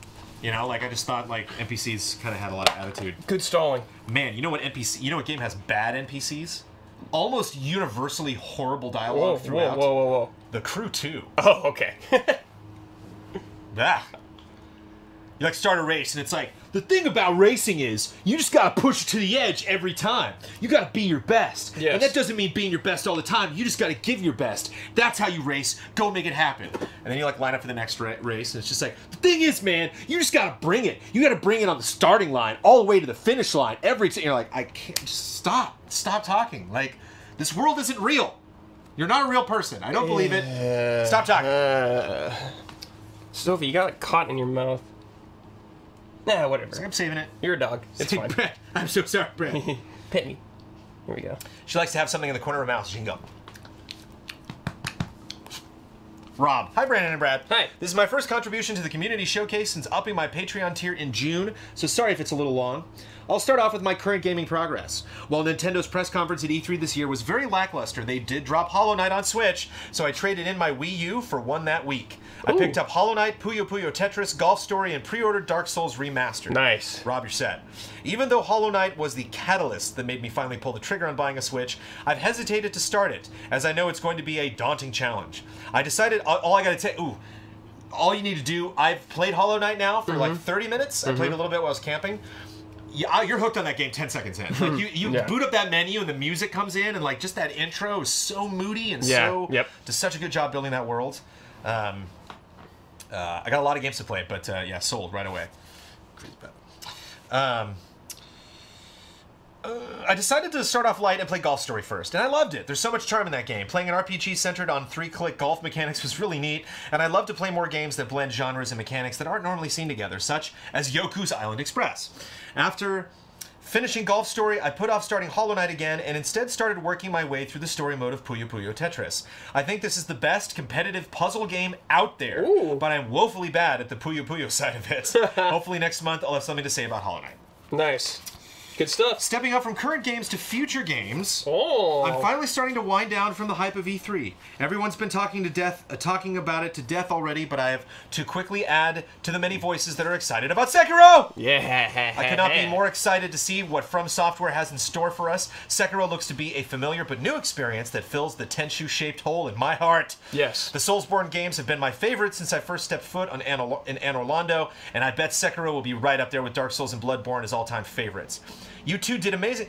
Yeah, I think a lot of people are focusing on like how not Soulsy it is.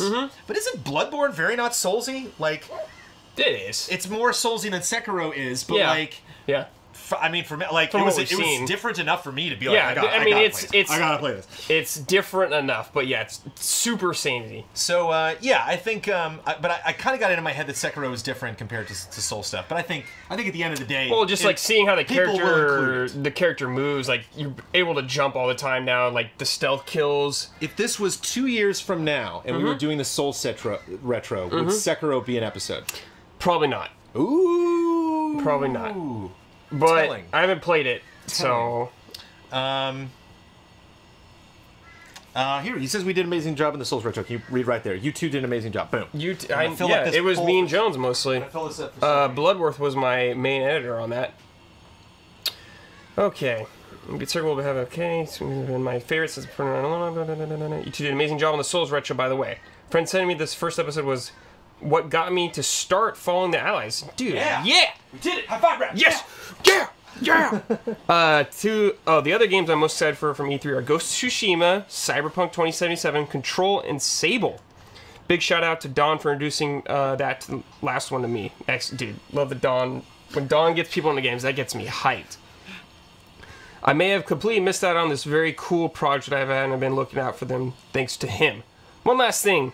The latest Hall of Greats ceremony introduced 2 more games to the Hallowed Hollows. And both inductees were the first 2 greats that I have not only never completed, but never played at all. Huh. Wow.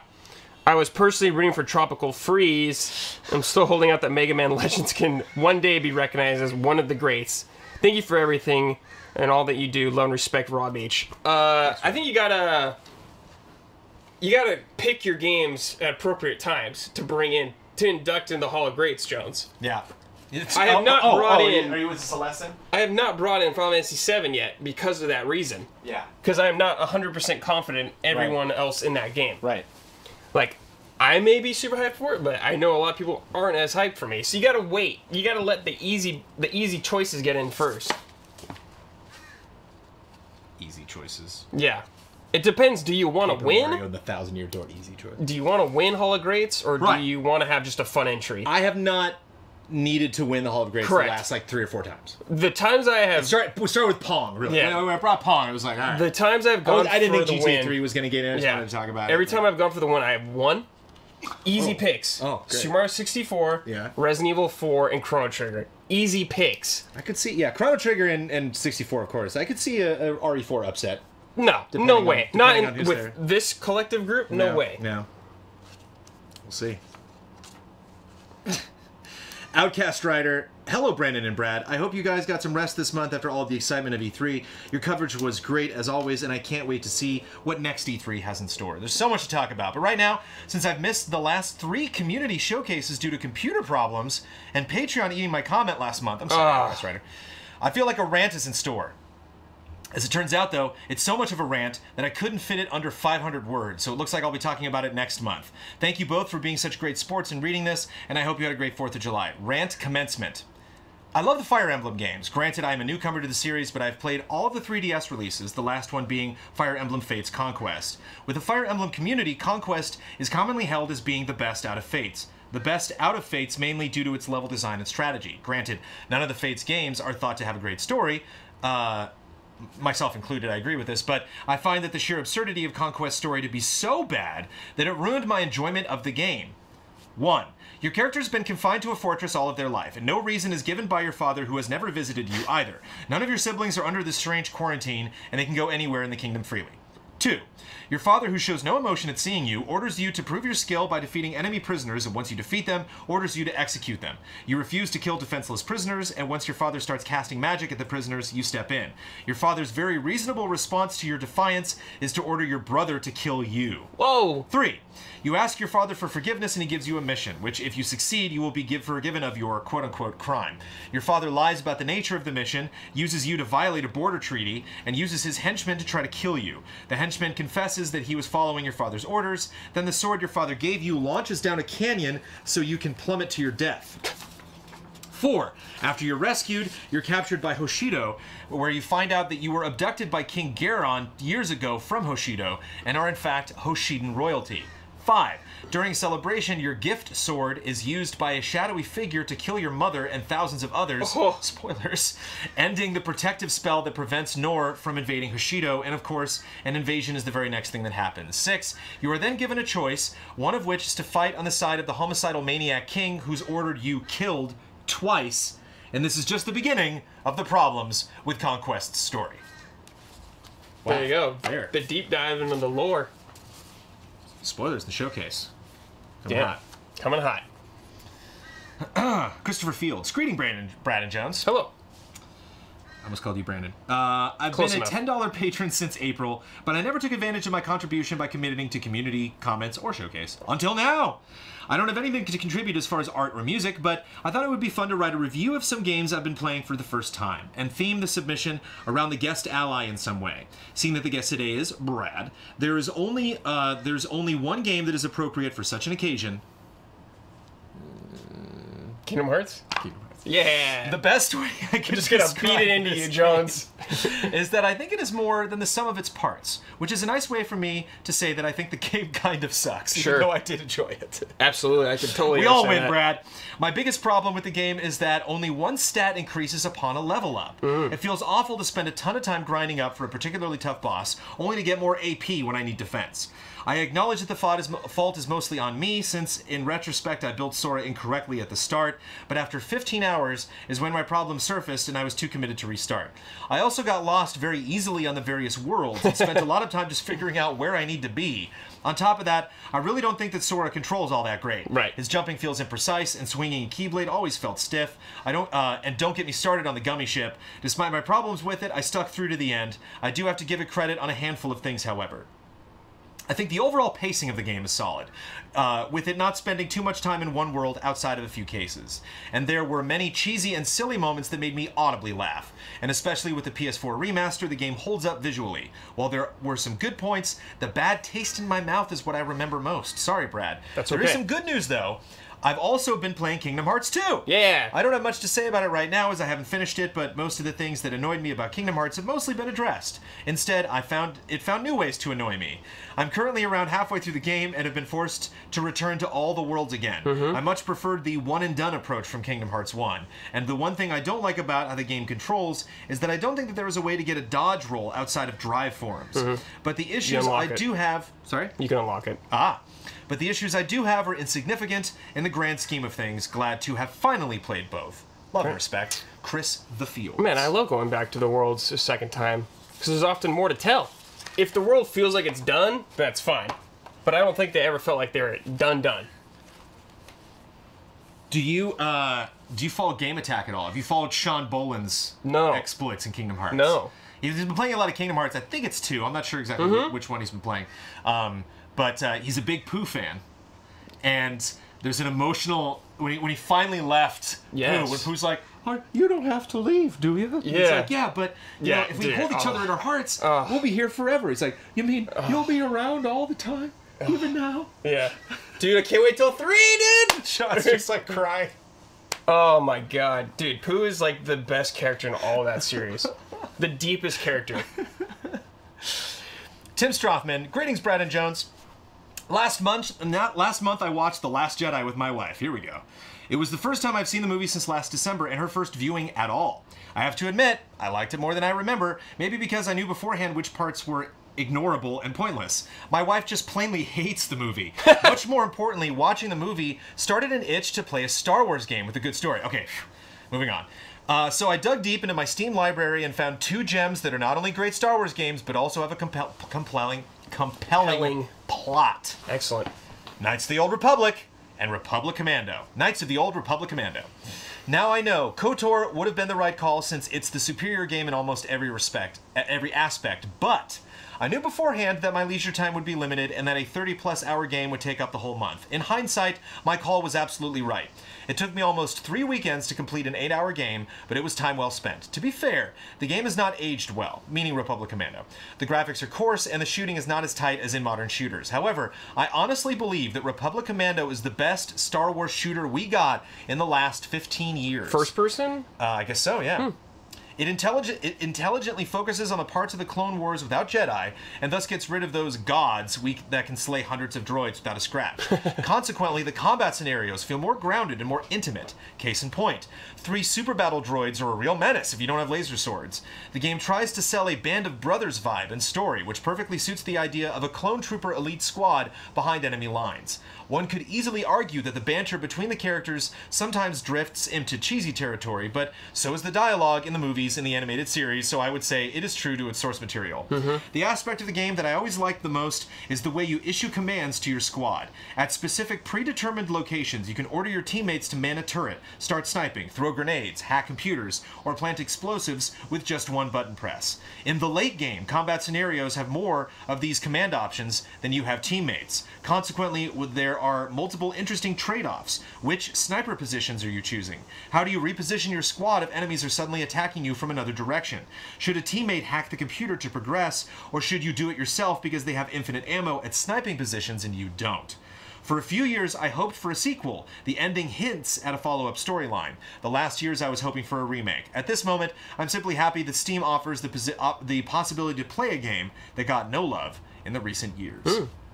Yeah, I mean, Respawn, a company known for making crazy shooters, working on a Jedi game, so, like, who knows if there's going to be a shooting component to that. Jedi, you know, the Jedi Knight games did have guns. So you could pew-pew and then Slash. swing. Yeah. We shall see. Chum Nguyen. Hey, Brandon and Brad. Hi. I don't follow sports much nowadays, but my vacation has mostly been used watching World Cup. And oh boy, has it been an insane one. We are down to the top 8, and we have only seen one non-goal match, 3 penalty kick battles, and where one ended in an insane goalkeeper duel, and teams that were expected to advance far before the tournament started going home. Messi, Cristiano Ronaldo, and many other big stars gone because their teams were not good enough, which shows that when you win as a team. Well, it's enough sports talk. Did Sean talk to you at all about World Cup? Yeah, he's like rooting for Sweden or something because his wife. Well, he's rooting for Germany. But yeah, And but Germany then- beat Sweden, and then Germany dropped below Sweden, so his Yeah. wife was sitting pretty. But it was fun. I went to had one session with Sean, and like half an hour into it, he's like, "I gotta let you know, it's good not having people just talk about World Cup the whole time." Yeah. I was like, "Oh yeah, Yeah. I forgot it was even on." Yeah. I will say this, I used to live with a guy named Clarence, and he would, when the World Cup was, I guess, 2002 it probably was. It was a World Cup year. He would wake us up at 4 in the morning, and we would just like, all right, let's do it. We like watch like World Cup. That's funny. So like I wasn't into it, but he was into it, so I was. but into that can through make it them. fun. Yeah. If you're with someone who's into it. E3, you've heard of this? Yes.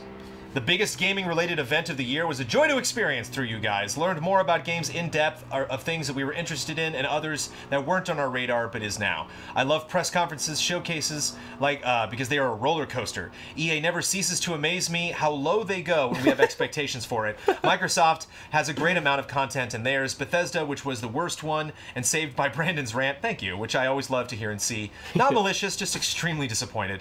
I knew it was Resident Evil 2 Remake the moment I saw the first screen. It was because we expected it, and the room looked familiar because of shelves. Confirmation was 100% when it went into Rat Camera as to give nods to the Outbreak series. Looked familiar because of shells? You saw those shells, baby. Oh, man, it's I was so hoping funny. it to be in the style of Resident Evil Remake, to be honest, but after seeing it, I'm excited to play it, and how they're going to expand the map area, and I hope Resident Evil 3 Nemesis is in a planning phase to get the same treatment. I could go on with things from E3, but that would be like repeating the obvious, which is E3 was great. Once again, thanks to you all and your wonderful coverage of it. Love and respect, Tirju Engi. P.S. For your information, I didn't get a platinum trophy when I posted a picture of Resident Evil Remake last time. I'm simply one away from it, which is beating it in a mode that keeps inventory boxes as separate. Whoa, I didn't know that. Brutal.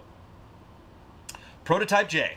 I'm using my comment just to say a few things quickly because I didn't get the email about Community Showcase and I couldn't get my thoughts together fast enough. Well, I'm glad you made it in. Number 1, long live Squirrel Squad. We may be gone, but I think of you as my brothers. Number 2, my soul was crushed that I got every samurai game at E3 except Onimusha. Number 3, remember being able to play games until 4 a.m. and still get up in the morning as fresh as a daisy? R.I.P. those times. Yes. As just a special thanks to the unofficial EZA Discord community, since moving out and getting back into the swing of things at work, it's been tough to be social, and the community has been fantastic, from good vibe posters to tinfoil hat-wearing dinos to scarf-wearing Godzilla fans. The community has kept my spirits up, and I've always been there to lend me an ear, as I have for them too. Love you guys, and thank you so much, Discord gang. P.S. Bang, bang, bang. Pull my devil trigger. Thank you. Bang, bang, bang. Bang, bang, bang. Kyozu14. Hi, Jones. Hi, Brad. Hi. E3 is over, and it seems like all people can talk about is Nintendo not having any games and saying the Switch is dead, which I don't get. And say, they say the Switch is dead. Nintendo's like, the Switch is dead, unfortunately. Yeah, it's over. I thought Nintendo had enough to line up the rest of the year. It had a bunch of third party, which people complained about so much on Wii U. I know that it has third party people I know it has third party people don't care. They just want a Zelda every year. While I agree, if you don't like Smash, it can be seen as a little disappointing, but that's not a fair critique. I mean, I'm a huge Smash fan. I thought it was fine. Yeah. What if the big 4 games at Sony didn't interest me? That doesn't mean that that it was a bad E3 for Sony. Plus, it's hard to have great years every year, even Nintendo. Sony has had quite a few stinkers. 2016 comes to mind. People need to stop holding developers to unrealistic standards. Games take time to make. Let people make them. Ooh. Yeah. Also, Nintendo won last year's E3 and the year before, so Yeah. they ran out of steam. It happens. Yeah, it happens, man. That marathon. When you drop the 2 biggest juggernauts on your generation. console, yeah. James Vest. Hello, Jones's Brad. Hello. I have to say that now that E3 is over and the first half of the year is done, that this year hasn't quite lived up to last year. Oh. Then again, last year had the release of a new console as well as an insane amount of great games. Still, I have high hopes for this year with Dragon Quest still to come in September and Smash in December. Spider-Man and Red Dead Redemption 2. A lot of plus good stuff. a number of great Kingdom Hearts, plus Next oh no, year. that's next year. Next year. Next year. Close enough. 2019. Plus a number of other great games thrown in between them. Plus, I think next year will be rather great if the games that we already know about are as good as they look. I personally think it could be as good as last year. This summer so far has been decent enough. Gundam Breaker was a major letdown. Nobunaga's Ambition was not as good as the last in the series either. Yet, Ys 8 Oh. has been a lot of fun to play. The Octo expansion was amazing, and Bloodstain is one of my favorite games of the year, if not my favorite game so far. Curse of the Moon, specifically. Yeah, excellent, excellent. Plus, next week, Octopath arrives, and from what I have played in the demo, the game looks rather impressive. So excited about Octopath. Awesome to bring up the Octo expansion a second time. And I got it, now that I got you here, Brad, Curse of the Moon is so good. Yes. It's crazy that, like, the character switching thing, you could do that in Castlevania 3, but you had to pause, right, before switching? Yeah, I think so. Literally switching character mid-jump, Yeah, it's you really know, good. and, like, managing the different health bars, like... And the fact that, like, when someone dies, like, you get to restart, but they're now out of your party. So, like, having the little boat... Because I was always playing as the whip gal. Because she had the little buffer of the Miriam, jump. yeah. So it's just nice to just platform through those areas. But then she would be the first character I'd lose. So I'd be like, oh, no, I'd have to go through platforming sections. And, yeah, again, just like, well, I don't really like this character, but they got a lot of health. And so, like, when a boss would do that big, hard-to-dodge attack, I would just switch to my, like... Take the hit, yeah. Bullet sponge Take character. it, Alfred! Take the hit! Yeah, exactly. God, I want another one. Yeah, it's very good. It's I hope very right good. after Because it's been a long time Ritual of the Night since comes we out, got just a... makes another one of those. It's been a long time since we got a game like that. Yeah. Because you and me are always kind of more partial to the older ones, the stages and stuff like that. Yeah. Ian Alexander, last time I submitted to Community Showcase, Brandon accidentally read my Ni no Kuni 2 review saying, characters react with less emotion than my girlfriend. Which was the text, but it was like, characters react with less emotion than my girlfriend does when she's doing something. Yeah. But I put a comma there, and it was, but yeah, before I had time to fix it, it was too late. Kyle So was laughing. good. That was great. It was in Cindy's Yalli's clips if you want to go check it out. The shock from Boston was hilarious. Makes me think we need some Rodney Dangerfield style review from EZA or something. I didn't submit anything last month because my girlfriend, who does have emotions by the way, was busy buying, renovating, moving into a new apartment here in Taichung City, Taiwan. Oh, okay. Whoa. Taichung City, possibly. Whoa, that was very stressful. As we have said, I'm Yeah. sure just wait till you see the stress on our faces when we move to the studio. Oh, my God. Anyway, we did it now, and I'm typing this from my new computer room. As for gaming, I found I couldn't get into any story-based games during the transition because I never felt ready to settle down for a few hours. But instead, I played the free For Honor starter pack that they gave away during E3. I found the game to be a lot of fun. I went all in on the Kensei tournament and haven't really played any of the others. I was glad to see that there isn't any totally broken, overpowered character that everyone uses.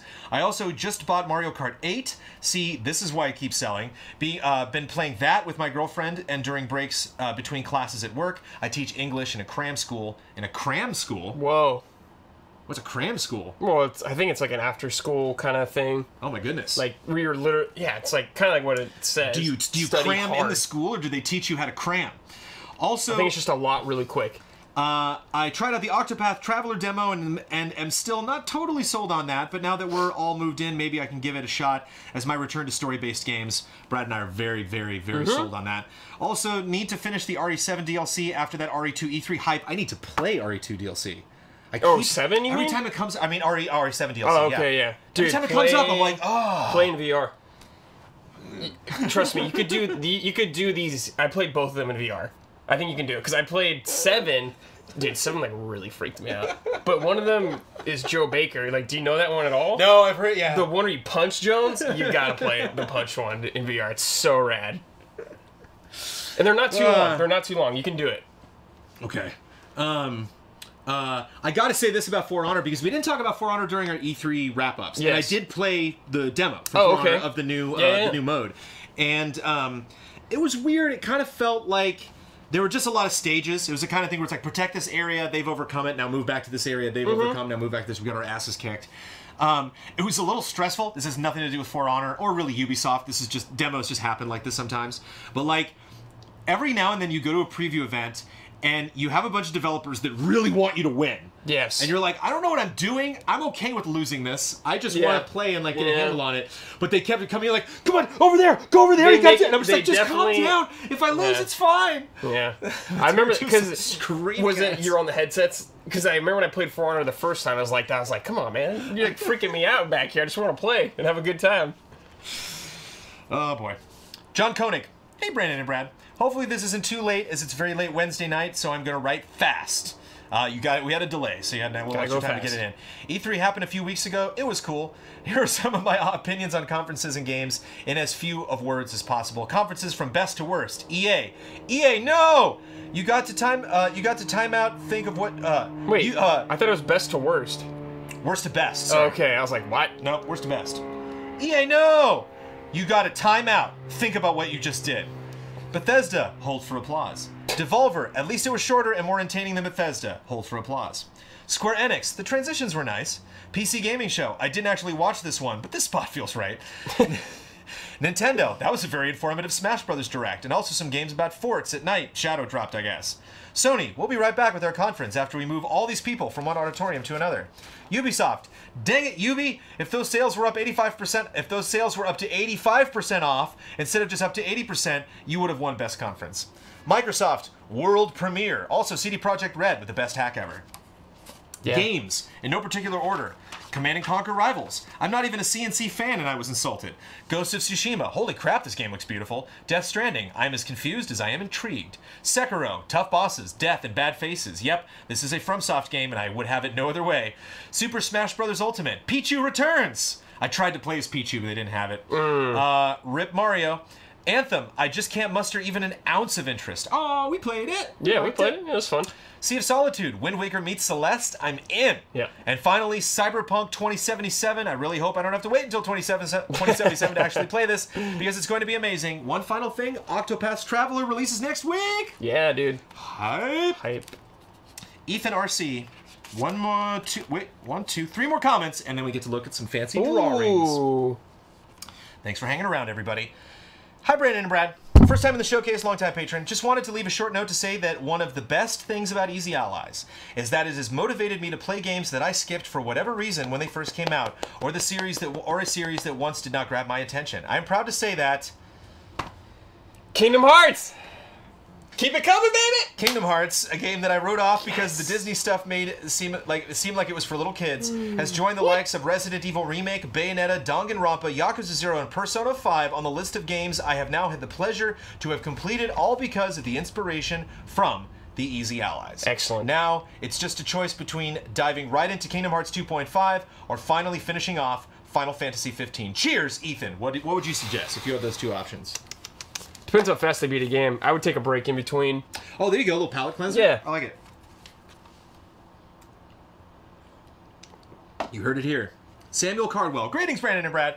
It's the month of the World Cup, so by the time the showcase goes live, England will probably have broken my heart yet again. I think they did. I have no idea. It's out. I'm summering with my parents, or rather wintering, given that they live in Australia. And the whole household has gone football or soccer crazy. It's even inspired my dad and I to wake up FIFA again. Oh, to take up FIFA again, thanks to the free World Cup update. Cup date? Cup date. I'm casting my mind. It's Cup Day, it's official. I'm casting my mind back to 1997 or maybe 1996. At 6 years of age, I'm already into computer games. I love watching Dad and my brother Joel play classic DOS games like Commander Keen and Jill of the Jungle, and their beloved flight simulators. I might return to those another month. One day, Dad came home with a demo disc with the words FIFA 96 written on it. What's this, Dad?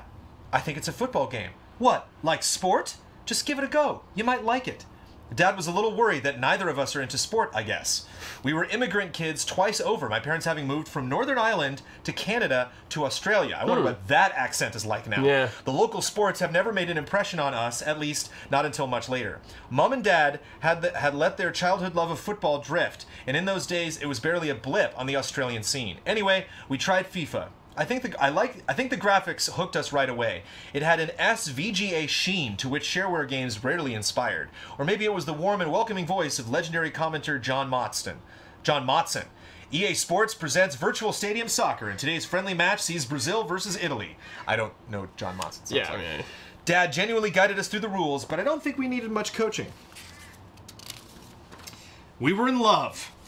We must have played Brazil versus Italy 100 times before Dad found a copy of the full game. In those days, it was an enormously rare and expensive treat to get an actual boxed game from a shop. Yeah. Now a whole world of football was open to us. We picked our clubs based on who we liked in the game. I luckily chose Manchester United.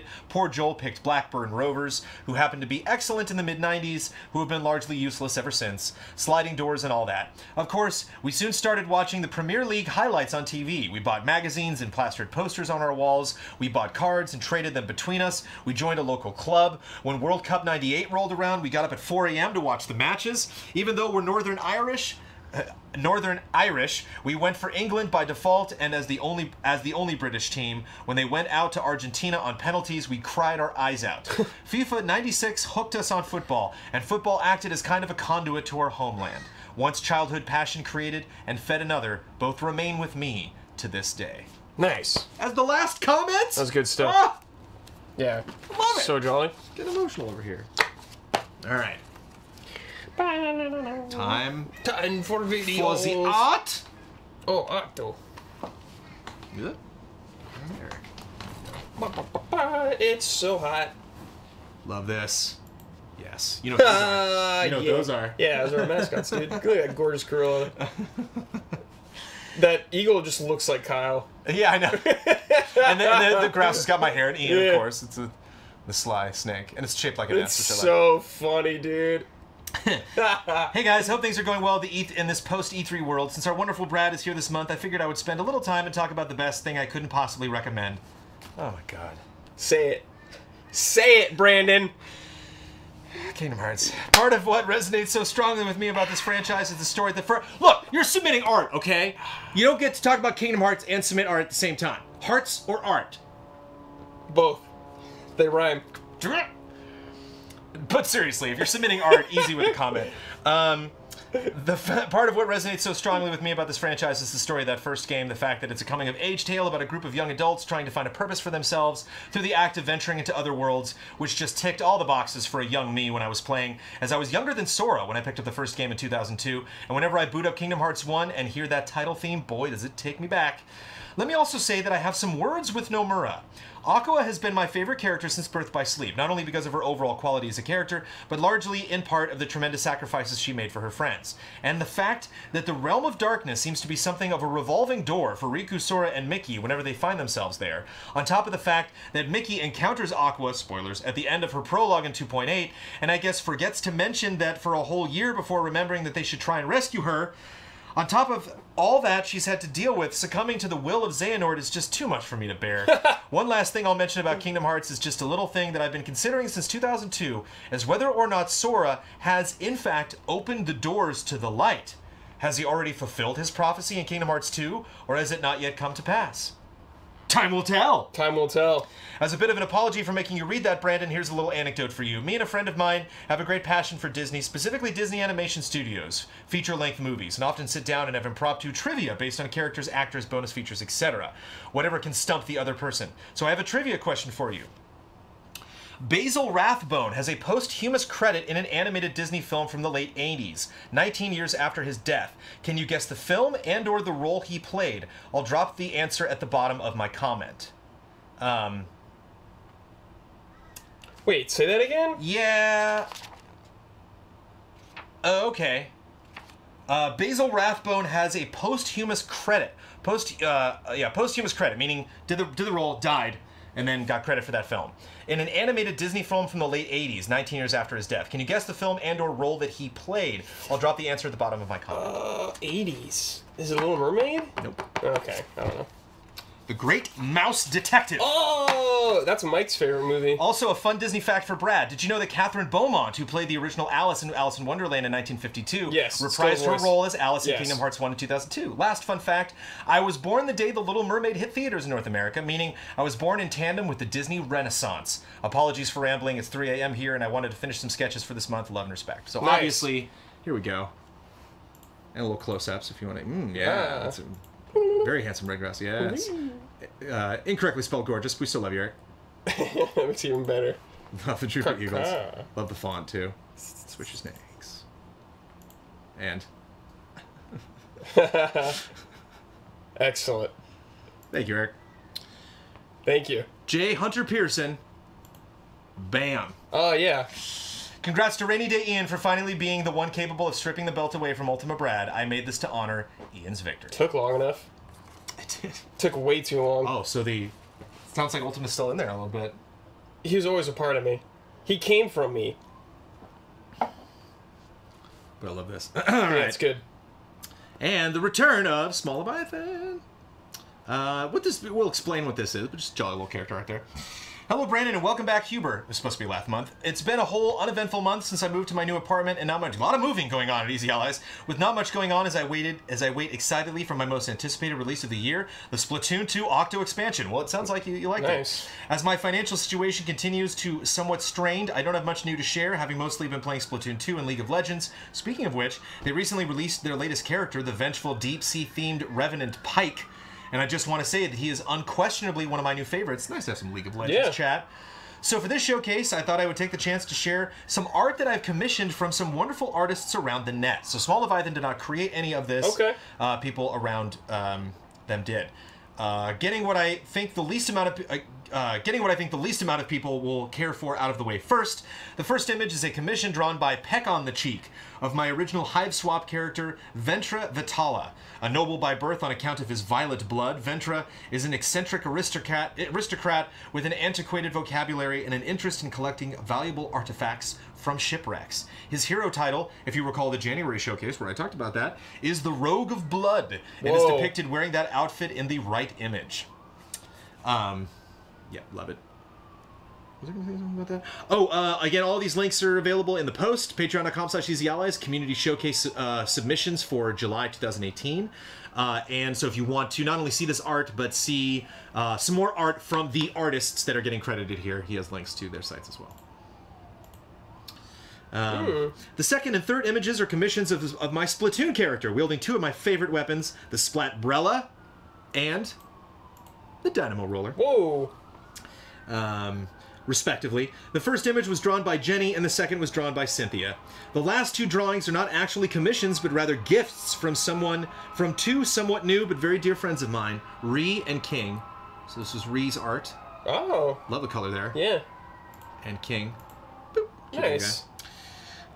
Featuring Lane and Melia, two of my original Splatoon characters. As someone with lots of ideas but no artistic skills of my own, I cannot overstate how much I appreciate them taking their time to do this for me. So that's all for now, but I might just come back with more cool drawings in another showcase, as I really enjoy getting commissions done for me. Until next time, love and respect, Small Leviathan. Nice. From my brief work on my card game, that was short-lived, paying somebody to produce art and then receiving that art is like crack. That feels so good. It's like our fan gamer stuff. Yeah. Oh, You're like, whoa. such a good feeling. Sarah Imshog, a.k.a. Zephyrmoon. Greetings, Jones and Brad. Zephyrmoon here. Happy belated 4th of July. Here's a story. And you'll appreciate this image. Yeah, I do. The I betting do. specials has become one of my favorite events from you guys, and I thought about sending you something special to commemorate the occasion. A few months ago, I approached a couple of people about a crazy idea.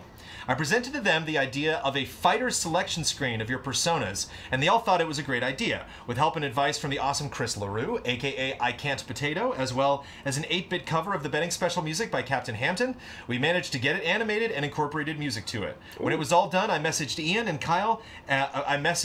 and he and Kyle gave the thumbs up. For anyone that wants to check it out, watch the Easy Allies E3 2018 betting special. But for now, here's a little piece from that screen of Ultima Brad wielding the Buster Sword. This was actually the second version that I made, as the first wasn't interesting enough for the screen. Oh. Give Ultima my condolences, Brad. It was a good fight, but the better Persona won. And congrats on obtaining the platinum. Love and respect. P.S. I'm already having ideas for the next E3. Whoa. Whoa! Ellie Medieros, aka Eliga. Hello there, Brad and Jones. Since I do not have enough time to make a proper thing to send you guys this month, I'm just going to share some art shirt designs I've already done for some of you and have some questions for both of you. First of all, here's a fun design I made for Brad in tribute to the Winnie the Pooh stream. Oh, You've seen heck this. yeah. Yeah, dude. Still got that shirt. Here's the design I created for Kyle, a mashup of his favorite Pokemon and his sad boy rap lyrics. And here's a graphic design for Ian, who, of course, is always talking about synths. Yep. Here are the ones that I have created so far. These are the ones I've created so far. I'm also in the process of, creating one for Huber and for Ben. Ooh. Here's a sneak peek of a work in progress that I'm doing for Huber. Does it have a shotgun? Boo, boo, boo, boo. Oh, dude. Sick. That's awesome. Sharing the dreams. Now to my questions. Brad, Yes. would you like another different shirt with a new design? Sure. You can ask Heck for yeah. anything you like, and I'm willing to make it with the best of my skills with avoiding as much copyright infringement as I can. Right. Ben asked for a sick Majima shirt, and that's what I'm doing for him. Majima. Whoa. Jones, what would you like on your shirt? Would you like another Batman shirt or something more like a Red Dead related design? I know you said you don't want a bright colored shirt, so I'm working on ideas for black and dark red designs.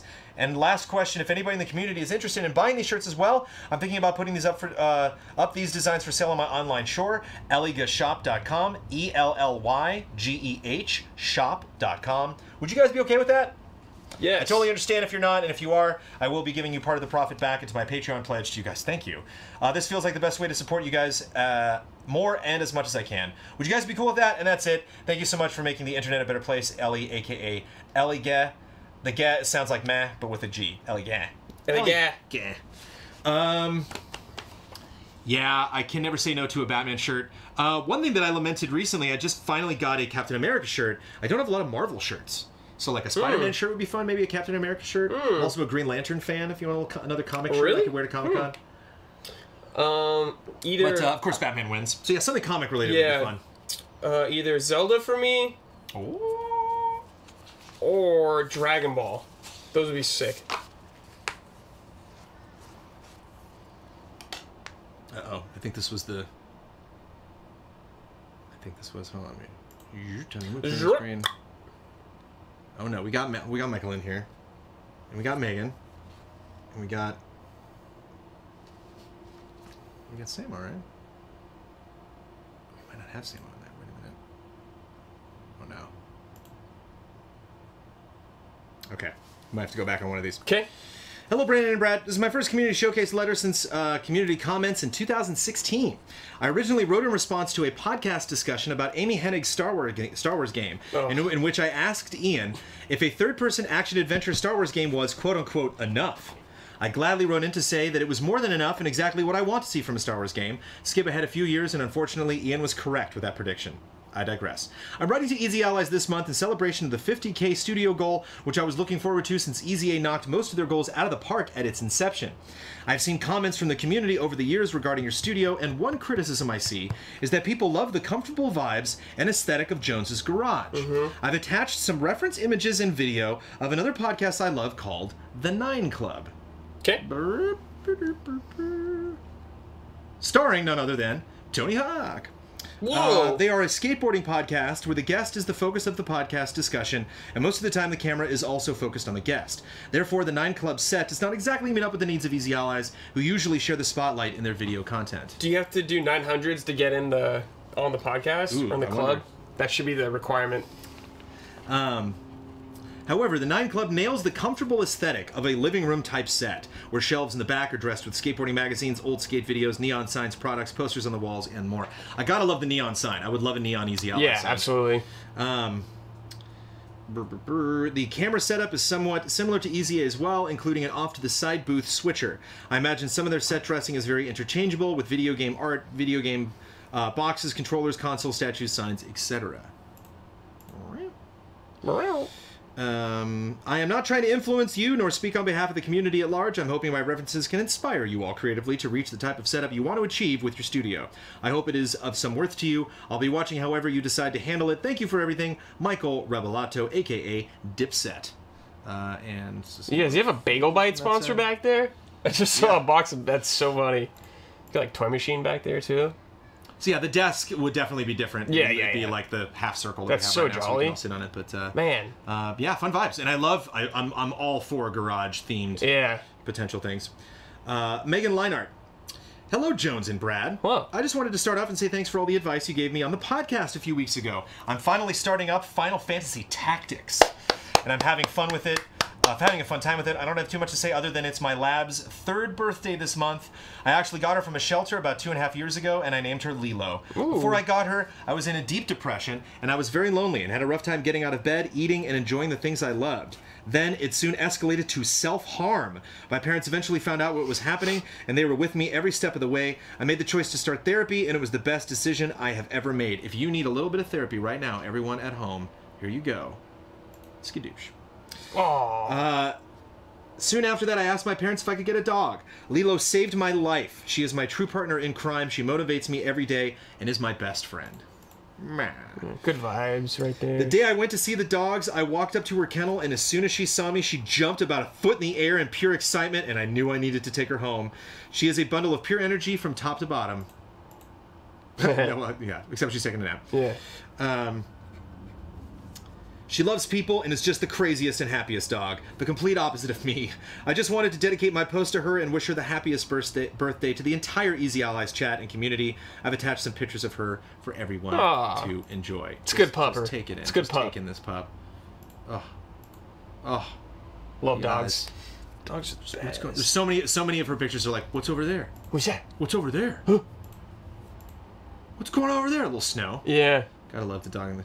Got Sophie in the snow finally, a couple Yeah? months back. Yeah. How'd she like it? She was a fan. She took to it. What's over there? Yeah. Beautiful dog. Thank you. Thank you, Megan. Thank you. All right.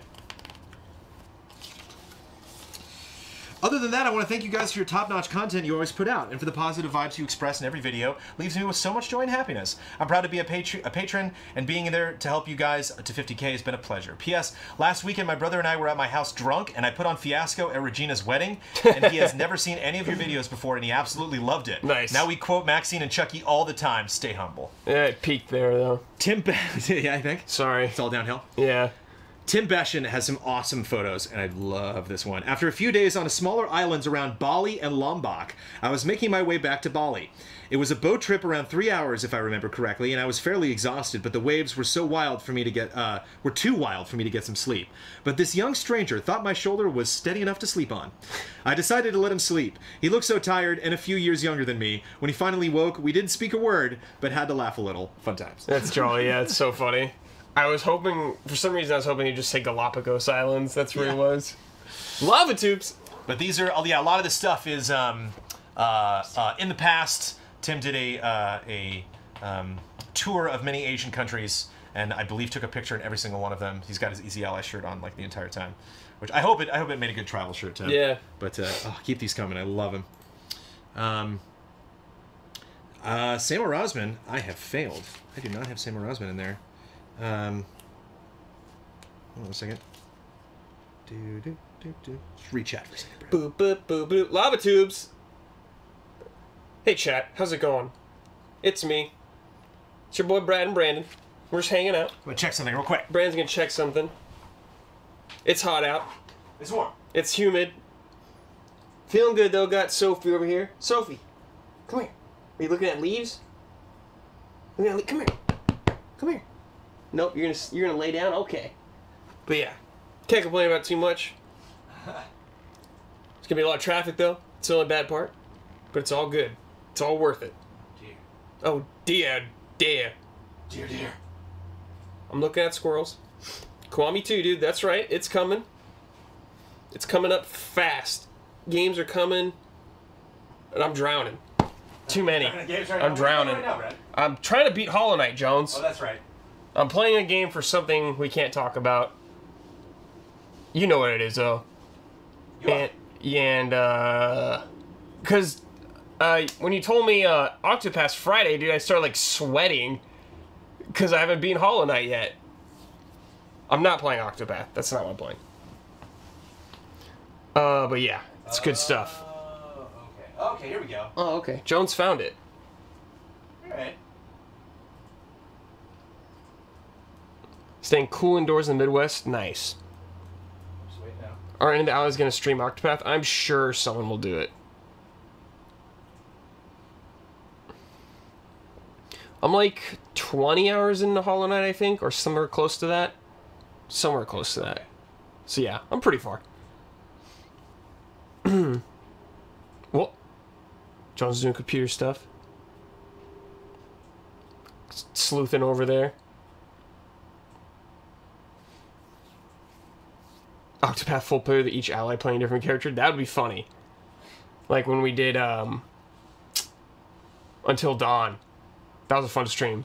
Also another really hot stream in there. God, that room. God, that room. So brutal. Make Kyle the dancer? Yeah. Heck yeah. I would totally do that. It's a smooth 7 degrees in Seattle today. Nice. Alright. Okay. Oh, this is good stuff. I have to go. Actually, I can probably. Yeah, I'll just go behind the camera to do this, but you read the comment first. Okay. Yeah, this is one I thought I missed, but I was just confused. Samuel Rosman, aloha, Brandon and Brad. Aloha. I'm really happy you enjoyed all my gifts and letters I sent last month to the last group stream. I thought I would talk about my trip a little more for this month's community showcase. Growing up in Hawaii, Japanese culture is always prevalent in my daily life. So when I arrived in January for the first time, I had a great trip. That stay was mostly for business, but I managed to get in some sightseeing visiting Osaka Castle, some temples and parks, a proper onsen, and of course, Universal Studios Japan. Nice. Luckily, I was there when the Cool Japan event started up this year. Not Cool World, sorry, typo. Although I loved your reaction, and you never know, Japan might have that kind of event tied in the movie somewhere. I've been to my fair share of theme amusement parks from various Six Flags, both Universal and Disney parks in the US, Euro Disney, Walibi Flevoland in Holland, and Gardaland in Italy. Walibi Flevoland. That being said, I've never seen what was presented at Universal Studios Japan during my first visit, where a fair portion of the park attractions were shifted from what they normally were to special versions with markedly different content. This year, those included Monster Hunter, Final Fantasy, Detective Conan, and Sailor Moon for the first half of 2018, then added Evangelion in July with a bonus annual One Piece event at the end of summer. And of course, is the addition to the normal season content that they have for Halloween and Christmas. Now, I've been to Disneyland and World when Star Wars had their special events, so the concept is not foreign to me, but to see it expressed to such a degree certainly is. The rides they take over have different entryways, interiors, costumes, signage, and a bunch of other content. And from what I've looked at since I got back, they've been doing this for a few years now. Last year, they did Monster Hunter with different content, Godzilla, Sengoku, Attack on Titan, Evangelion, and Detective Conan. Or Conan. The year before that, they had Kiari Pamu Pamu, a different Monster Hunter again, Attack on Titan, Evangelion, and even Biohazard, Resident Evil, escape game, with more of the same the year before in 2015. The One Piece summer event apparently has been going on since 2007 with different content each year. Dang. This kind of commitment to showing new content each year is certainly impressive, and I think might answer Kyle's question. Yes, Universal Studios Japan is really good. If you get a chance to attend during the annual Cool Japan event, you will most assuredly have a great time. So I would like to share some of the pictures I took during my trip there. They are spread over 4 albums, each covering a day. I know they are close to 100 pictures, so showing them all would be impossible, but I was hoping that 5 to 10 could be picked out and represented. Hope you had an amazing 4th, and mahalo again for everything you do. Love and respect, Samuel Rosman. So we are just going to do day 1. Okay. I'm literally just going to scroll through this really quickly. I'm going to go back to our fancy new desk. Okay. Let's scroll through this, chat. Some hot commentary, Brad. Here we go. Man, this is so jolly. Look at Ferris wheel in the background. Oh, man. City skyline, man. Look at the lights, Jones. Oh, man. These are great. These are good. Dude, whoa. Man, that looks fun. Oh, yeah. Yeah, baby. That's what I'm talking about. little jump action. Namco, excellent. Oh, oh yeah, oh yeah, those DBZ figures. Oh, nice. A little Pokemon, a little Psyduck right there. Pokemon you could ever. Dude, look at all those Snorlaxes. Go right at the end. Yeah. Oh, man. Dude. These Wow. arcades. That is an intense DDR machine. Look at that. Man. Oh, my God. Don's sweating somewhere thinking about that. Dude, that looks so overwhelming. That Monster Hunter game. Monster Hunter coin drop. New Pokemon Dragon Ball. City and Gundam versus. Dude, I like when we're focusing so on games. cool. Feels good going to the arcade. This is awesome. VR Zone, dude. Ready? There's a Gundam VR. Yeah, man. Man, oh yeah. You're basically in the hand of an RX 782. Yeah, Gundam that's fighting so on the rad. Zaku. Quite That's cool. so rad. So you're like holding on to it. I love that. It's his Capricorn. Yeah, that's so good. Look at all those models, Oh, baby. yeah. There we go. There's day one. Jeez, dude. Love it. So jealous. It's pure joy in all those pictures. Thank you. We gotta go to Japan, dude. I know. Send everybody. Send Everybody's them all. going. We're all going.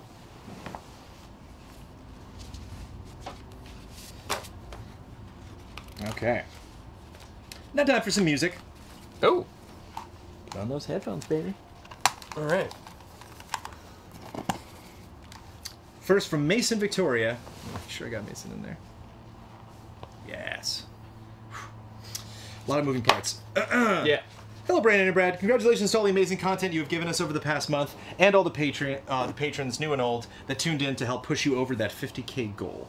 I had the most amazing experience where I went to an E3 party and a mutual friend and I bonded over the Easy 8 bets and went nuts when the big boy slipped. Haha! Haha, you thought. When we proceeded to show all of our friends the betting special and tuned into all the pre and post shows, sharing your jolly vibes to our friends. Per usual, I am bringing new music as I continue to grow my gaming composition portfolio.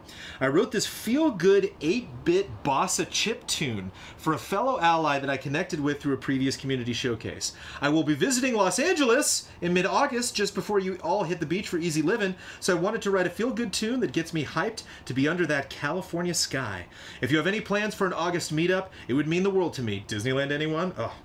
Enjoy the tune and love and respect, Mason Victoria. The song loops around the 3-minute mark. Cool. So we will listen to it until then. Here we go, jumping right in.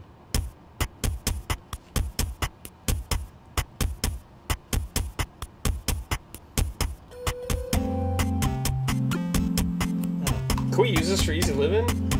We should. I Yeah, really, we really should want use to. this. Like the official theme. Hi.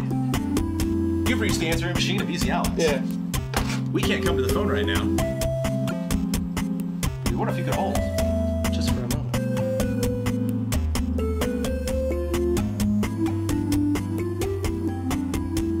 The background is A+ too. Yeah. Yeah, we gotta use all this. Looks like a Leisure Suit Larry level.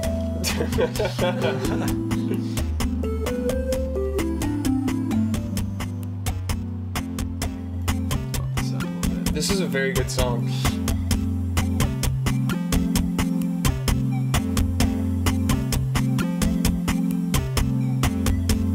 We got our shorts on. We got the Yeah. breeze from the fan coming in. It's a little, Yeah. it's a little hot and humid. All we need is like a margarita or a Corona.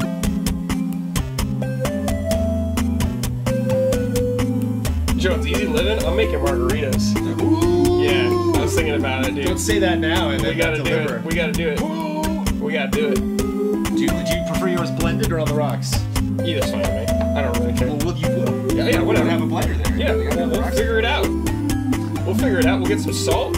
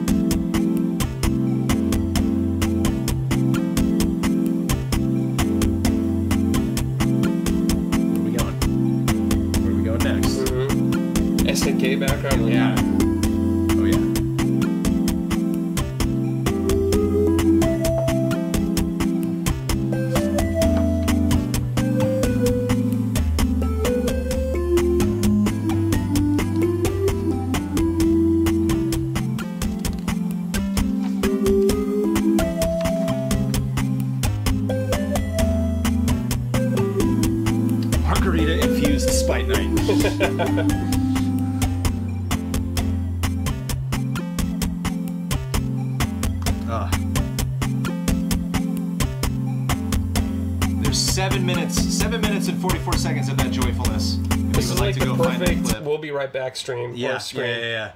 Especially if there's 7 minutes of that, because that is how long it'll take us to set up every game. Yep.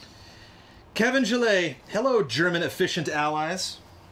E3 was a total joy to spend with you in chat, despite me having to go to sleep basically when the sun was rising. But I'll leave the more E3-focused comments to others, because on one E3 day, during the interval between the end of the day's broadcast and your return to the garage for impressions, I decided to listen to the latest episode of Tabletop Escapades, 2x20.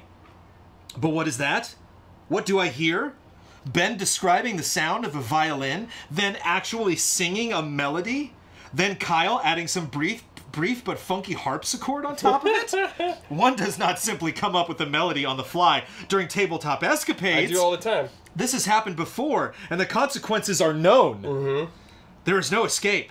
Upon the fateful day of the community showcase, a submission will be received. A submission that will contain the fruit of the labor of a poor soul who cannot resist the compulsion to turn the aforementioned seed of a musical idea into a not quite fully fledged, passable piece of music. Oh.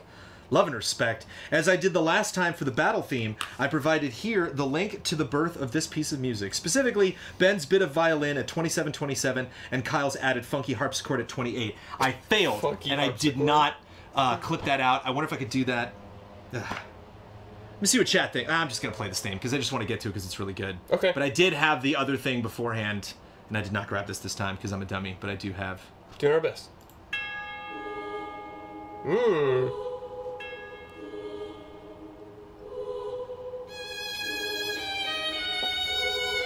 It's like Luigi's Mansion music.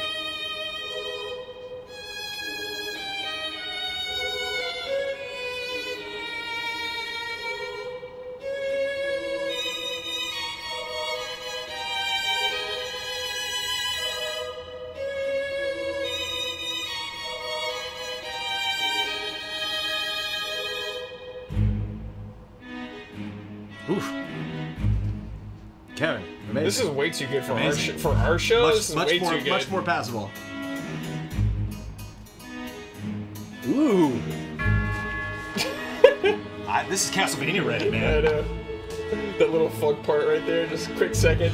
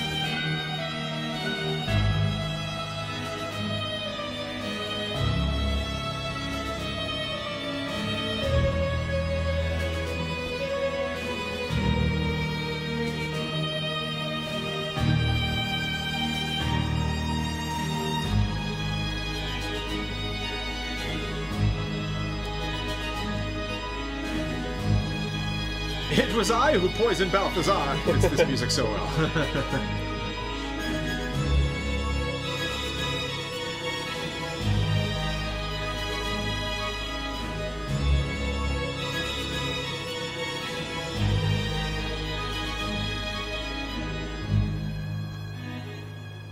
Reminds me of Final Fantasy VIII. Ooh.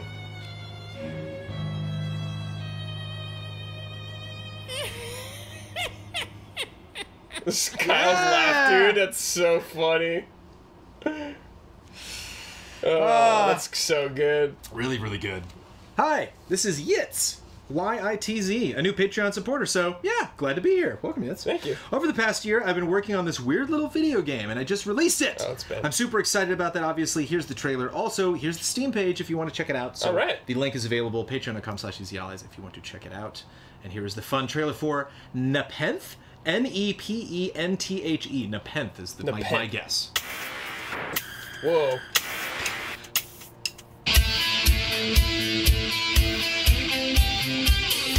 Hope we can use this music. Fingers crossed. Yeah. Dude, this art is so good. I love this.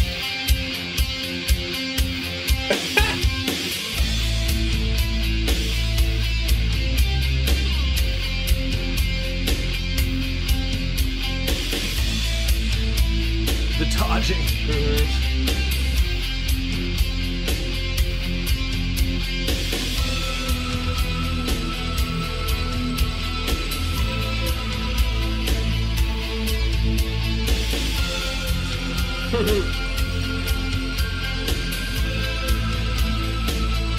Yeah, Super Undertale, that combat.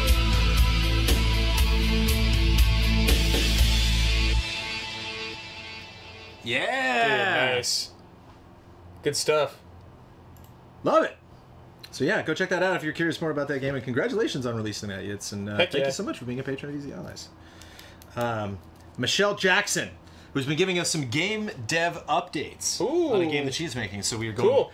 we're going very, very far behind the scenes with Michelle. A game dev E3 General June update. I show some hastily made art in this. Please excuse the jank. It was a profoundly rushed job. Also, didn't mention it in the video, but I thought I would here. I just found out I met my first weight loss goal of losing 70 pounds. Yeah! 70 pounds. That ain't easy. Congratulations. Way to go, Michelle. Wow. And making video games. Losing weight and making video Yeah. games. Not easy to do. Hello everyone, June was a super busy month and I have a ton of stuff to talk about, so I'm just gonna jump into it. So this is the city building system I showed last month. Basically, I fixed all the problems, I had it entirely functional, and the moment I was done I realized, oh, I can do this like a million times better. I should just overhaul everything, so I did. So I thought it would be cool if instead of just playing as the battle party, the player could also choose to play as navigation or support. This system basically keeps track of what everybody's doing and lets the player switch freely between those three modes. It's just the bare bones, it's just switching between modes right now. I don't have the individual systems for each mode finished yet, but the preliminary tests are looking promising. I didn't have much art prepared, so I threw together some really quick sketches of characters from each of the different play modes. I'd just like to throw Please together forgive the something like jank. that, Brad. I've given their name, how many years it's been since I added them to the story, and what their playstyle is. I know that all of their aesthetics are totally mismatched, but I promise that it makes sense in the game itself. I'm still working on the designs too. These are definitely not the final designs either. So I decided to draw the first character I ever made for the story in both her original and current designs Michelle. because as of a few days ago, it's been 10 years since I started working on it. Oh. And just thinking about the fact that I turned 21 this month, so I've been working on this for almost half my life. Wow. It's really crazy to me. I also started taking some notes on the fighting styles for each of the battle characters. I have a black belt in Taekwondo. Turns out it doesn't make Sick. drawing people doing Taekwondo any easier. Also did a few art tests just to try some things out. Didn't learn much other than the fact that I hate making tile sets. And I just want to give a quick shout out to Splatoon 2's Octo expansion. Octo The expansion, killing it is in the great. showcase. Those Octoling animations are so choice, and it's really great to have more people on the servers these days. E3 was wonderful this year. I had an even better time than I did last year. I loved pretty much every game I played. I love getting to meet so many new people, including a few of the allies. Just the feeling of being on the show floor and being a part of that experience is amazing. My absolute highlight of E3 has to be seeing Kumatora and Boney in Smash. I know it's not a big announcement or anything, but the shock and joy I felt when I saw them revealed moved me to tears, and it's just going to be one of my fondest memories from E3 for the rest of my life. Well, that's all from me. There's so much more that I don't have time to talk about. Congrats on hitting 50K. I can't wait for Easy Living and everything else that's to come from you guys. Love and respect, everybody. Bye! Thanks, Michelle. Thank you, Michelle. Good stuff. Ah, I love those updates.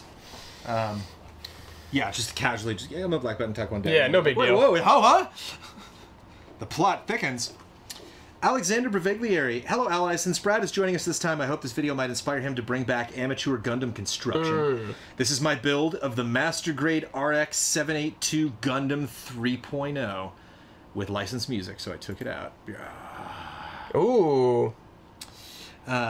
You can mute the audio and cut it at the end, or preferably play it at 1.5 speed, since the video is 3 minutes and 20 seconds long. Love and respect from Brazil. Brazil. I That's get cool. like Terminator vibes from this almost.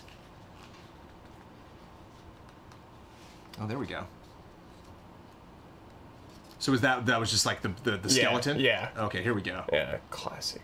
I do like that Gundam design though, just the bare bones. It's the original. Oh. The OG. Oh. Yeah, the ship. Yeah, it goes into it.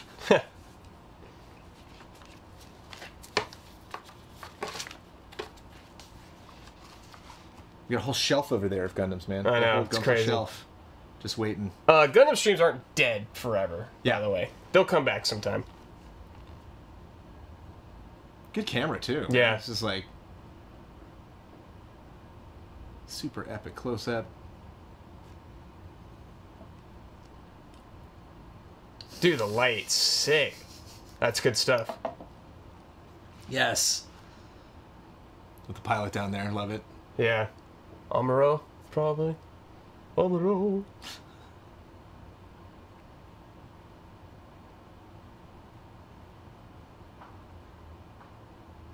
Oh, he fell over. Is that an iconic pose? What's the He's pose? just Oh, it's like reaching. pulling ass beams over. Jah! Slowing down Yeah. for emphasis. Nice. Good poses, man. Astoria Sky is the same model. He says it's 10 out of 10. Mm-hmm. Oh, yeah, dude. That was a Majin bazooka, pose? yeah. Oof. The shield's out. Oh boy. Oh, the shield and the cannon. That's a fantastic pose right there. Mm-hmm. That is, yeah. The beam rifle, yeah. Classic.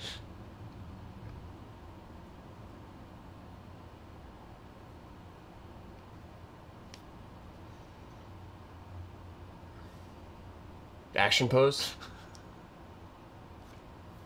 Or the falling on a bicycle with no seat Yeah, pose. that's true, yeah.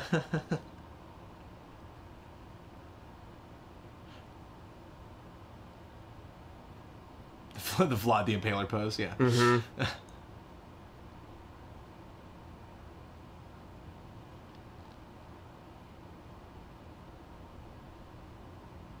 Nice. There we go, all together. The box for effect. Yeah. That's good stuff.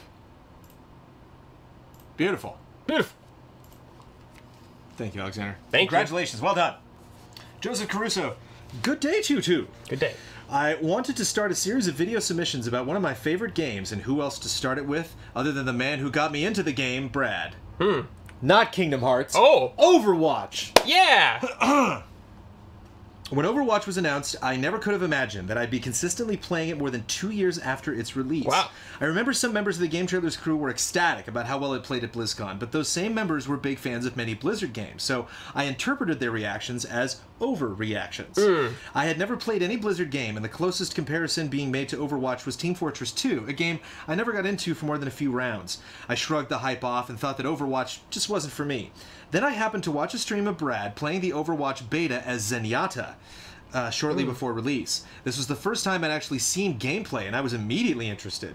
The mechanics looked so solid, and the characters functioned in such unique ways. I had to try the beta myself. More than 2 years later, I'm still playing Overwatch, and I'd like to share some rundowns of my most played characters. The first will be the first hero I ever saw, Zenyatta, often shortened to Zen. This is the first time I've ever made a video like this, but hopefully it'll showcase why Zen is such a challenging yet rewarding character to play. Sweet. Zen is a support character that can moderately heal a teammate with his healing orb and cause an enemy to take extra damage with his Discord orb. He also does a lot of damage for a healer, but the trade-off is that he can't output as much healing as the other support characters, so if you aren't dealing damage out consistently, you're not helping your team as much as you could be with another healer. His playstyle is very hectic. You'll often be switching healing and Discord targets rapidly, all while shooting enemies. For months I would get stressed playing him, but now with over 50 hours of playtime as Zen, I have done as he says, and embraced tranquility. Zen's healing orb can only heal a single teammate at a time, but the orb will continue to heal them as long as you don't break line of sight with the teammate for more than 3 seconds. This functionality pairs well with small, nimble teammates that like to go lone wolf style to attack the enemy, because you can keep healing them even if they're not close to you. This also means you can focus on doing damage while you're healing. Since your entire team can see the purple Discord orb on an enemy, Zen players often naturally become the shot callers, directing the team's fire from target to target. Interesting, yeah. I run Diva.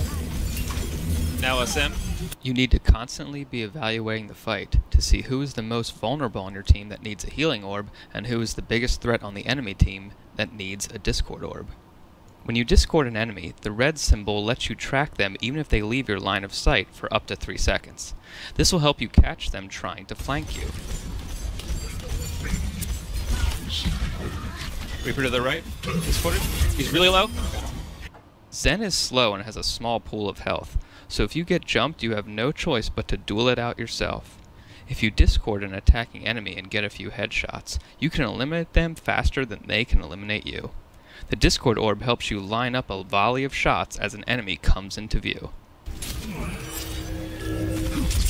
The volley also helps you get a lot of rapid shots on a distant target, and since Zen has no damage drop-off at range, he can essentially snipe a slow-moving target. I could honestly talk about the strategies of each character for hours, but I hope I was able to share just a taste of what makes Zenyatta such a dangerous monk to those unfamiliar with Overwatch. This was all footage of myself playing, and I'm trash compared to most Zen mains. If you want to see someone truly dominate as Zen, look up Jonak or Boombox. Thanks for watching. Good Cool. stuff, Yeah, I man. love the suggestions at the end there. I missed that game. Yeah, it sucks to... You got the voice tied to the footage, so it wouldn't, it'd be a little tricky to put that underneath there, but I'm hungry for those sound effects. Yeah. Now that we're watching all that crazy footage. Just in a low bed. Yeah, absolutely. And finally, our final showcase submission from Mr. Christoph Fatui.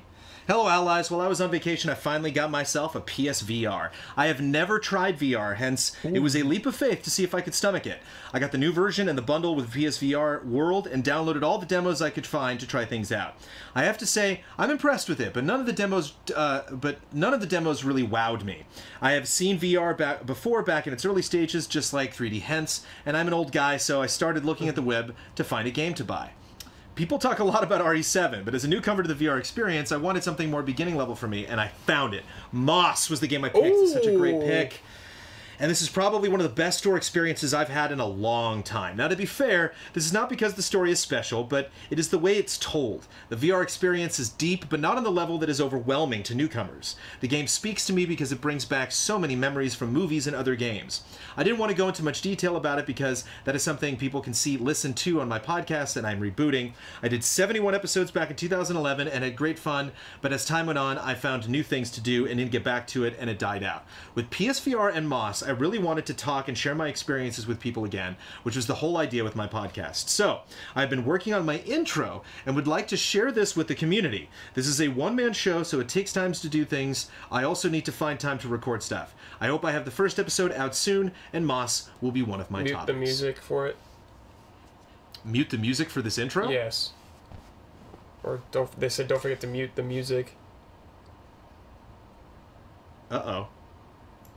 Oh, jeez. Okay, I mean, I can't... Yeah, I'll just mute the sound. Oh, well. Licensed music. Yeah, so...